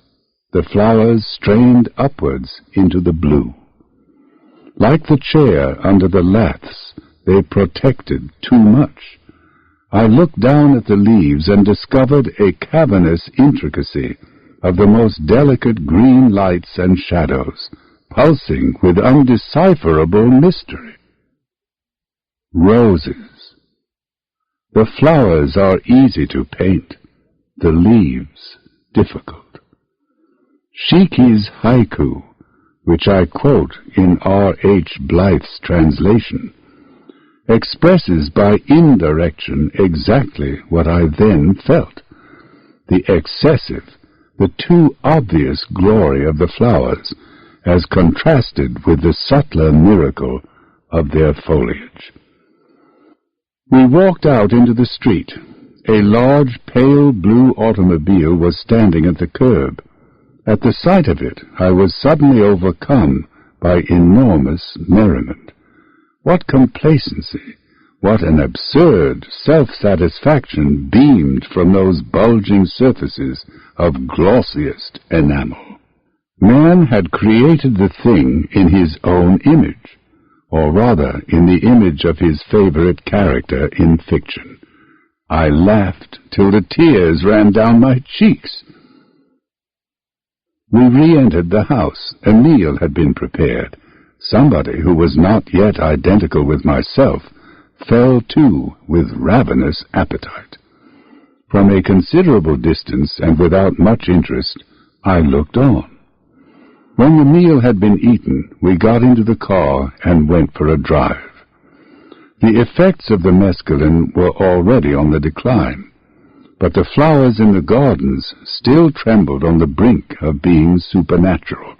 The pepper trees and carobs along the side streets still manifestly belonged to some sacred grove. Eden alternated with Dodona, Yggdrasil with the mystic rose. And then, abruptly, we were at an intersection waiting to cross Sunset Boulevard. Before us the cars were rolling by in a steady stream, thousands of them, all bright and shiny like an advertiser's dream, and each more ludicrous than the last. Once again I was convulsed with laughter. The Red Sea of traffic parted at last, and we crossed into another oasis of trees and lawns and roses. In a few minutes we had climbed to a vantage point in the hills, and there was the city spread out beneath us. Rather disappointingly, it looked very like the city I had seen on other occasions. So far as I was concerned, transfiguration was proportional to distance. The nearer, the more divinely other. This vast, dim panorama was hardly different from itself. We drove on, and so long as we remained in the hills, with view succeeding distant view, significance was at its everyday level, well below Transfiguration Point. The magic began to work again only when we turned down into a new suburb and were gliding between two rows of houses. Here, in spite of the peculiar hideousness of the architecture, there were renewals of transcendental otherness, hints of the morning's heaven. Brick chimneys and green composition roofs glowed in the sunshine like fragments of the New Jerusalem. And all at once I saw what Guardi had seen, and with what incomparable skill had so often rendered in his paintings. A stucco wall with a shadow slanting across it, blank but unforgettably beautiful, empty but charged with all the meaning and the mystery of existence. The revelation dawned and was gone again within a fraction of a second. The car had moved on. Time was uncovering another manifestation of the eternal suchness. Within sameness there is difference, but that difference should be different from sameness is in no wise the intention of all the Buddhas. Their intention is both totality and differentiation. This bank of red and white geraniums, for example, it was entirely different from that stucco wall 100 yards up the road. But the isness of both was the same. The eternal quality of their transience was the same. An hour later, with 10 more miles and a visit to the world's biggest drugstore safely behind us, we were back at home, and I had returned to that reassuring but profoundly unsatisfactory state known as being in one's right mind. That humanity at large will ever be able to dispense with artificial paradises seems very unlikely. Most men and women lead lives at the worst so painful, at the best so monotonous, poor, and limited, that the urge to escape, the longing to transcend themselves if only for a few moments, is and has always been one of the principal appetites of the soul. Art and religion, carnivals and saturnalia, dancing and listening to oratory, all these have served in H.G. Wells's phrase as doors in the wall. And for private, for everyday use, there have always been chemical intoxicants. All the vegetable sedatives and narcotics, all the euphorics that grow on trees, the hallucinogens that ripen in berries or can be squeezed from roots, all, without exception, have been known and systematically used by human beings from time immemorial. And to these natural modifiers of consciousness, modern science has added its quota of synthetics. Chloral, for example, and benzodrine, the bromides, and the barbiturates. Most of these modifiers of consciousness cannot now be taken except under doctors' orders, or else illegally and at considerable risk. For unrestricted use, the West has permitted only alcohol and tobacco.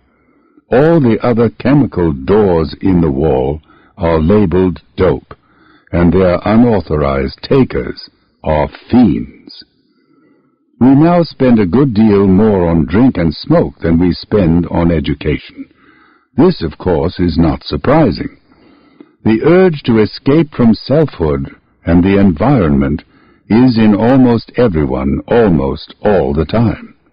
The urge to do something for the young is strong only in parents, and in them only for the few years during which their children go to school. Equally unsurprising is the current attitude towards drink and smoke. In spite of the growing army of hopeless alcoholics, in spite of the hundreds of thousands of persons annually maimed or killed by drunken drivers, popular comedians still crack jokes about alcohol and its addicts. And in spite of the evidence linking cigarettes with lung cancer, practically everybody regards tobacco smoking as being hardly less normal and natural than eating. From the point of view of the rationalist utilitarian, this may seem odd. For the historian, it is exactly what you would expect. A firm conviction of the material reality of hell never prevented medieval Christians from doing what their ambition, lust, or covetousness suggested. Lung cancer, traffic accidents, and the millions of miserable and misery-creating alcoholics are facts even more certain than was in Dante's day the fact of the Inferno.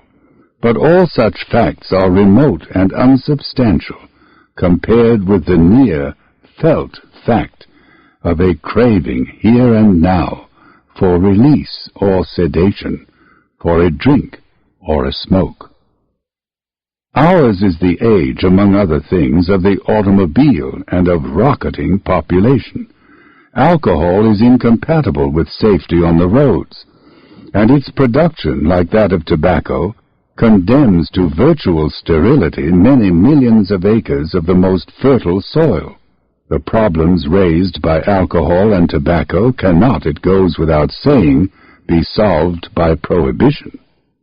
The universal and ever-present urge to self-transcendence is not to be abolished by slamming the currently popular doors in the wall.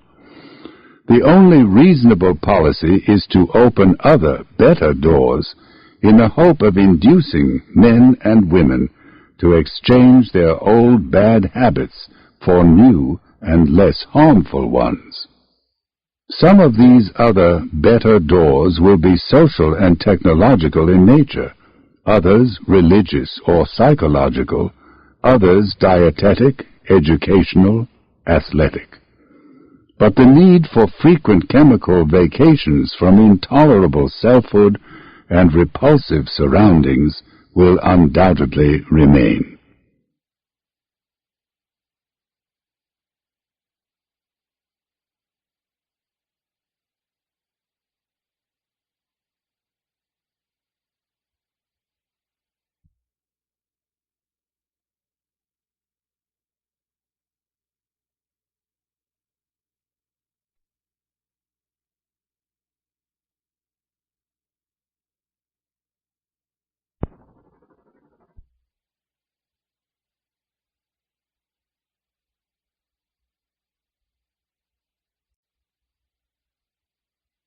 Side 4. What is needed is a new drug which will relieve and console our suffering species without doing more harm in the long run than it does good in the short. Such a drug must be potent in minute doses and synthesizable. If it does not possess these qualities, its production, like that of wine, beer, spirits, and tobacco, will interfere with the raising of indispensable food and fibers. It must be less toxic than opium or cocaine, less likely to produce undesirable social consequences than alcohol or the barbiturates, less inimical to heart and lungs than the tars and nicotine of cigarettes, and on the positive side, it should produce changes in consciousness more interesting, more intrinsically valuable than mere sedation or dreaminess, delusions of omnipotence, or release from inhibition. To most people, mescaline is almost completely innocuous. Unlike alcohol, it does not drive the taker into the kind of uninhibited action which results in brawls, crimes of violence, and traffic accidents. A man under the influence of mescaline quietly minds his own business. Moreover, the business he minds is an experience of the most enlightening kind, which does not have to be paid for, and this is surely important, by a compensatory hangover. Of the long-range consequences of regular mescaline taking, we know very little. The Indians who consume peyote buttons do not seem to be physically or morally degraded by the habit. However, the available evidence is still scarce and sketchy. In his monograph, Menomini Peyotism, published December 1952 in the Transactions of the American Philosophical Society, Professor J.S. Slotkin has written that the habitual use of peyote does not seem to produce any increased tolerance or dependence. I know many people who have been peyotists for 40 to 50 years. The amount of peyote they use depends upon the solemnity of the occasion. In general, they do not take any more peyote now than they did years ago. Also, there is sometimes an interval of a month or more between rites, and they go without peyote during this period without feeling any craving for it. Personally, even after a series of rites occurring on 4 successive weekends, I neither increased the amount of peyote consumed nor felt any continued need for it. It is evident with good reason that peyote has never been legally declared a narcotic, or its use prohibited by the federal government. However, during the long history of Indian white contact, white officials have usually tried to suppress the use of peyote because it has been conceived to violate their own mores. But these attempts have always failed. In a footnote, Dr. Slotkin adds that it is amazing to hear the fantastic stories about the effects of peyote and the nature of the ritual, which are told by the white and Catholic Indian officials in the Menominee Reservation. None of them have had the slightest first-hand experience with the plant or with the religion, yet some fancy themselves to be authorities and write official reports on the subject. Although obviously superior to cocaine, opium, alcohol, and tobacco, mescaline is not yet the ideal drug. Along with the happily transfigured majority of mescaline takers, there is a minority that finds in the drug only hell or purgatory. Moreover, for a drug that is to be used like alcohol for general consumption, its effects last for an inconveniently long time. But chemistry and physiology are capable nowadays of practically anything. If the psychologists and sociologists will define the ideal, the neurologists and pharmacologists can be relied upon to discover the means whereby that ideal can be realized, or at least, for perhaps this kind of ideal can never in the very nature of things be fully realized, more nearly approached than in the wine-bibbing past, the whiskey-drinking, marijuana-smoking, and barbiturate-swallowing present. The urge to transcend self-conscious selfhood is, as I have said, a principal appetite of the soul.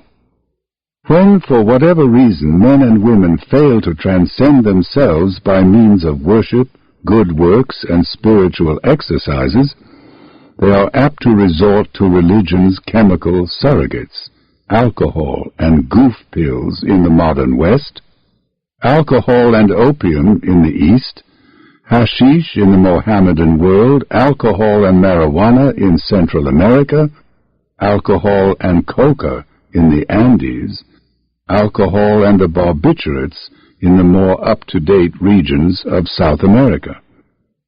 In Poison Sacré, Ivresse Divine, Philippe de Félis has written at length and with a wealth of documentation on the immemorial connection between religion and the taking of drugs. Here, in summary, or in direct quotation, are his conclusions.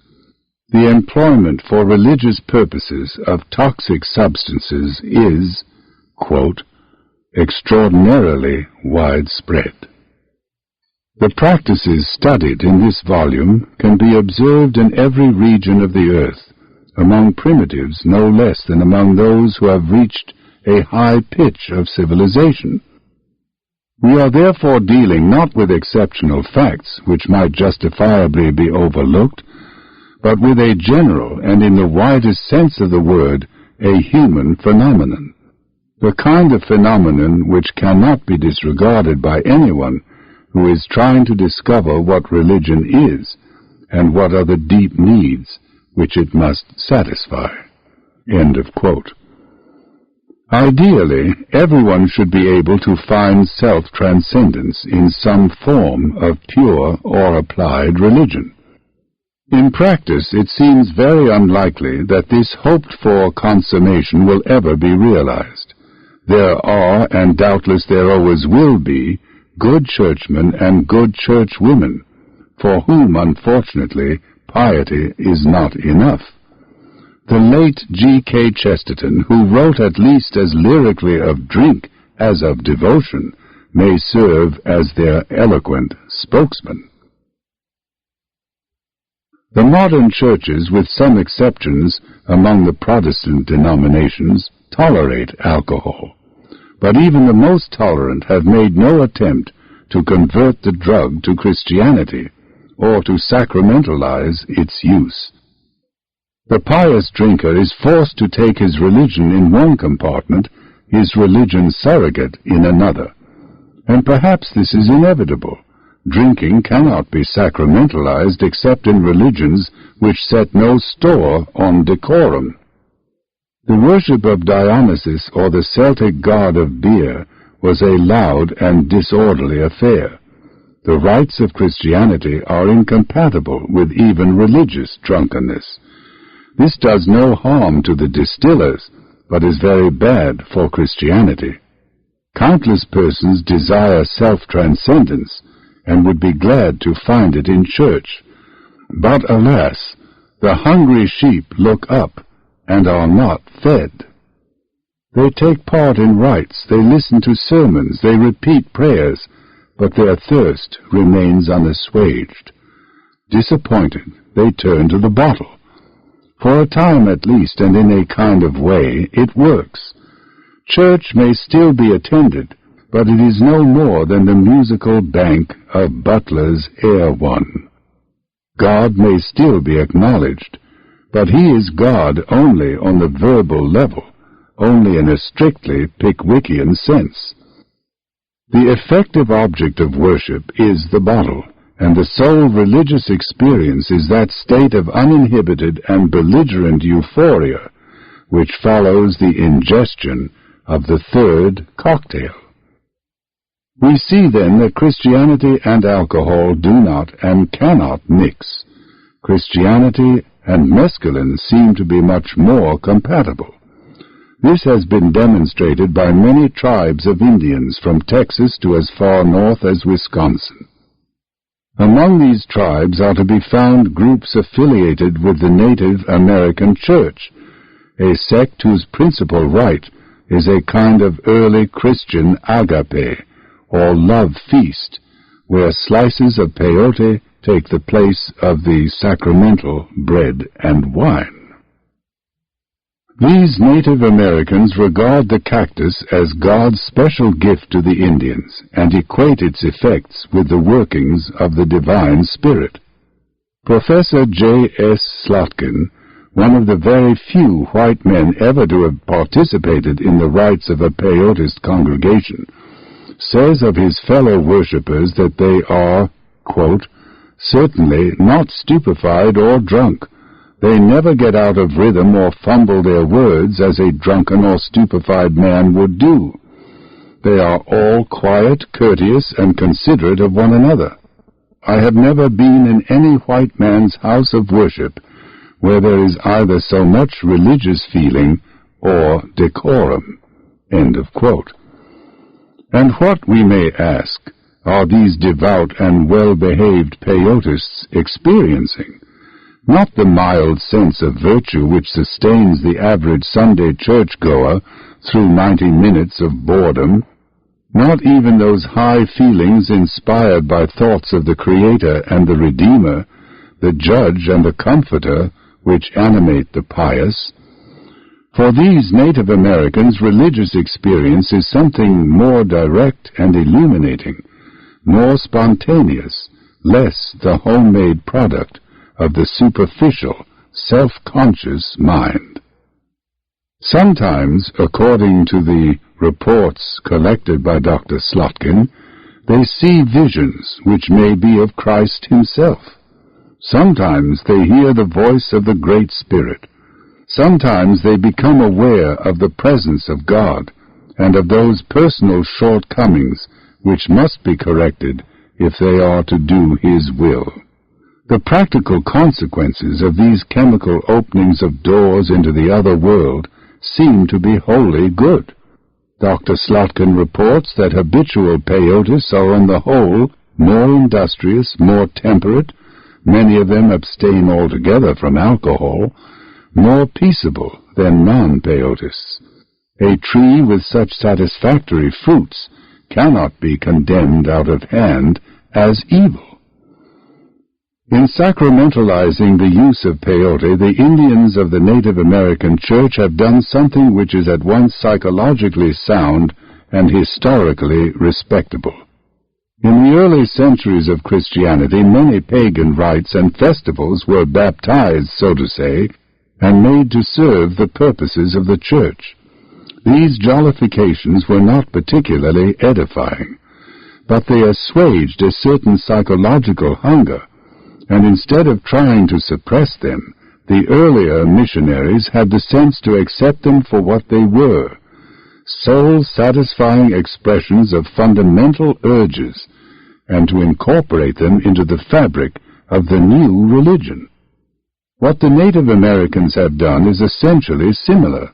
They have taken a pagan custom, a custom incidentally far more elevating and enlightening than most of the rather brutish carousals and mummeries adopted from European paganism, and given it a Christian significance. Though but recently introduced into the northern United States, peyote eating and the religion based upon it have become important symbols of the red man's right to spiritual independence. Some Indians have reacted to white supremacy by becoming Americanized, others by retreating into traditional Indianism. But some have tried to make the best of both worlds, indeed of all the worlds, the best of Indianism, the best of Christianity, and the best of those other worlds of transcendental experience where the soul knows itself as unconditioned and of like nature with the divine. Hence the Native American Church. In it, two great appetites of the soul, the urge to independence and self-determination and the urge to self-transcendence, were fused with and interpreted in the light of a third, the urge to worship, to justify the ways of God to man, to explain the universe by means of a coherent theology. Quote, "Lo, the poor Indian whose untutored mind clothes him in front, but leaves him bare behind." End of quote. But actually it is we, the rich and highly educated whites, who have left ourselves bare behind. We cover our anterior nakedness with some philosophy, Christian, Marxian, Freudo-physicalist, but abaft we remain uncovered, at the mercy of all the winds of circumstance. The poor Indian, on the other hand, has had the wit to protect his rear by supplementing the fig leaf of a theology with the breech clout of transcendental experience. I am not so foolish as to equate what happens under the influence of mescaline or of any other drug, prepared or in the future preparable, with the realization of the end and ultimate purpose of human life, enlightenment, the beatific vision. All I am suggesting is that the mescaline experience is what Catholic theologians call a gratuitous grace, not necessary to salvation, but potentially helpful, and to be accepted thankfully if made available. To be shaken out of the ruts of ordinary perception, to be shown for a few timeless hours the outer and the inner world, not as they appear to an animal obsessed with survival, or to a human being obsessed with words and notions, but as they are apprehended directly and unconditionally by mind at large. This is an experience of inestimable value to everyone, and especially to the intellectual. For the intellectual is by definition the man for whom, in Goethe's phrase, the word is essentially fruitful. He is the man who feels that what we perceive by the eye is foreign to us as such, and need not impress us deeply. And yet, though himself an intellectual and one of the supreme masters of language, Goethe did not always agree with his own evaluation of the word. "We talk," he wrote in middle life, "far too much. We should talk less and draw more." I personally should like to renounce speech altogether, and like organic nature, communicate everything I have to say in sketches. That fig tree, this little snake, the cocoon on my windowsill quietly awaiting its future, all these are momentous signatures. A person able to decipher their meaning properly would soon be able to dispense with the written or the spoken word altogether. The more I think of it, there is something futile, mediocre, even, I am tempted to say, foppish about speech. By contrast, how the gravity of nature and her silence startle you when you stand face to face with her, undistracted, before a barren ridge or in the desolation of the ancient hills." End of quote. We can never dispense with language and the other symbol systems, for it is by means of them, and only by their means, that we have raised ourselves above the brutes to the level of human beings. But we can easily become the victims as well as the beneficiaries of these systems. We must learn how to handle words effectively, but at the same time we must preserve and, if necessary, intensify our ability to look at the world directly, and not through that half-opaque medium of concepts, which distorts every given fact into the all-too-familiar likeness of some generic label or explanatory abstraction. Literary or scientific, liberal or specialist, all our education is predominantly verbal, and therefore fails to accomplish what it is supposed to do. Instead of transforming children into fully developed adults, it turns out students of the natural sciences who are completely unaware of nature as the primary fact of experience. It inflicts upon the world students of the humanities who know nothing of humanity, their own or anyone else's. Gestalt psychologists, such as Samuel Renshaw, have devised methods for widening the range and increasing the acuity of human perceptions. But do our educators apply them? The answer is no. Teachers in every field of psychophysical skill, from seeing to tennis, from tightrope walking to prayer, have discovered by trial and error the conditions of optimum functioning within their special fields. But have any of the great foundations financed a project for coordinating these empirical findings into a general theory and practice of heightened creativeness? Again, so far as I am aware, the answer is no. All sorts of cultists and queer fish teach all kinds of techniques for achieving health, contentment, peace of mind, and for many of their hearers, many of these techniques are demonstrably effective. But do we see respectable psychologists, philosophers, and clergymen boldly descending into those odd and sometimes malodorous wells, at the bottom of which poor truth is so often condemned to sit? Yet once more the answer is no. And now look at the history of mescaline research. 70 years ago, men of first-rate ability described the transcendental experiences which come to those who, in good health, under proper conditions, and in the right spirit, take the drug. How many philosophers, how many theologians, how many professional educators have had the curiosity to open this door in the wall? The answer, for all practical purposes, is none. In a world where education is predominantly verbal, highly educated people find it all but impossible to pay serious attention to anything but words and notions. There is always money for, there are always doctorates in, the learned foolery of research into what for scholars is the all-important problem. Who influenced whom to say what when? Even in this age of technology, the verbal humanities are honored. The non-verbal humanities, The arts of being directly aware of the given facts of our existence are almost completely ignored.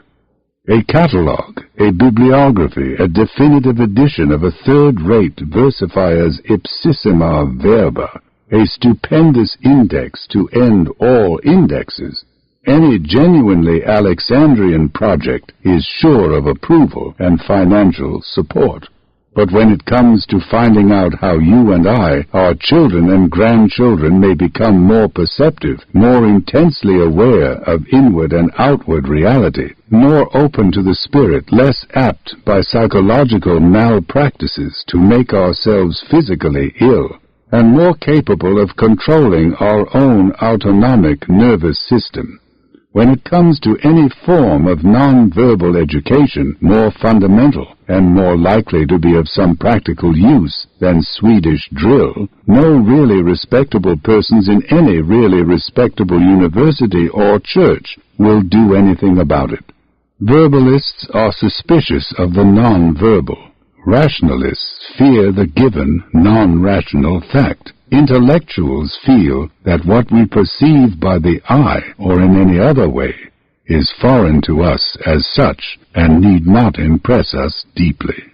Besides, this matter of education in the non-verbal humanities will not fit into any of the established pigeonholes. It is not religion, not neurology, not gymnastics, not morality or civics, not even experimental psychology. This being so, the subject is for academic and ecclesiastical purposes non-existent, and may safely be ignored altogether, or left with a patronizing smile to those whom the Pharisees of verbal orthodoxy call cranks, quacks, charlatans, and unqualified amateurs. I have always found, Blake wrote rather bitterly, that angels have the vanity to speak of themselves as the only wise. This they do with a confident insolence sprouting from systematic reasoning. Systematic reasoning is something we could not, as a species or as individuals, possibly do without. But neither, if we are to remain sane, can we possibly do without direct perception. The more unsystematic the better of the inner and outer worlds into which we have been born.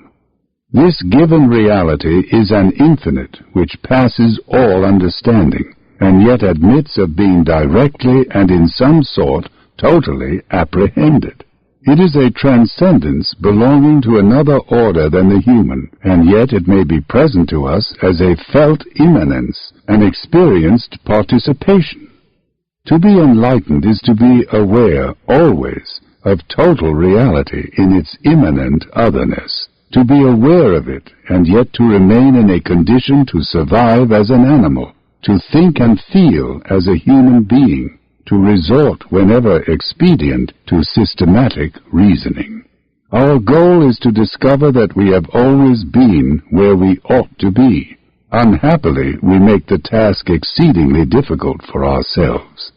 Meanwhile, however, there are gratuitous graces in the form of partial and fleeting realizations. Under a more realistic, a less exclusively verbal system of education than ours, every angel, in Blake's sense of that word, would be permitted as a sabbatical treat, would be urged and even, if necessary, compelled to take an occasional trip through some chemical door in the wall into the world of transcendental experience. If it terrified him, it would be unfortunate, but probably salutary. If it brought him a brief but timeless illumination, so much the better. In either case, the angel might lose a little of the confident insolence sprouting from systematic reasoning and the consciousness of having read all the books. Near the end of his life, Aquinas experienced infused contemplation. Thereafter he refused to go back to work on his unfinished book. Compared with this, everything he had read and argued about and written, Aristotle and the sentences, the questions, the propositions, the majestic summas, was no better than chaff or straw. For most intellectuals, such a sit-down strike would be inadvisable, even morally wrong. But the angelic doctor had done more systematic reasoning than any 12 ordinary angels, and was already ripe for death. He had earned the right, in those last months of his mortality, to turn away from merely symbolic straw and chaff to the bread of actual and substantial fact. For angels of a lower order and with better prospects of longevity, there must be a return to the straw. But the man who comes back through the door in the wall will never be quite the same as the man who went out. He will be wiser, but less cocksure, happier, but less self-satisfied, humbler in acknowledging his ignorance, yet better equipped to understand the relationship of words to things, of systematic reasoning to the unfathomable mystery which it tries forever vainly to comprehend. Production copyright 1998. All rights reserved. For a free audio editions catalog offering thousands of audio books from all major publishers, call toll-free 1-800-231-4261.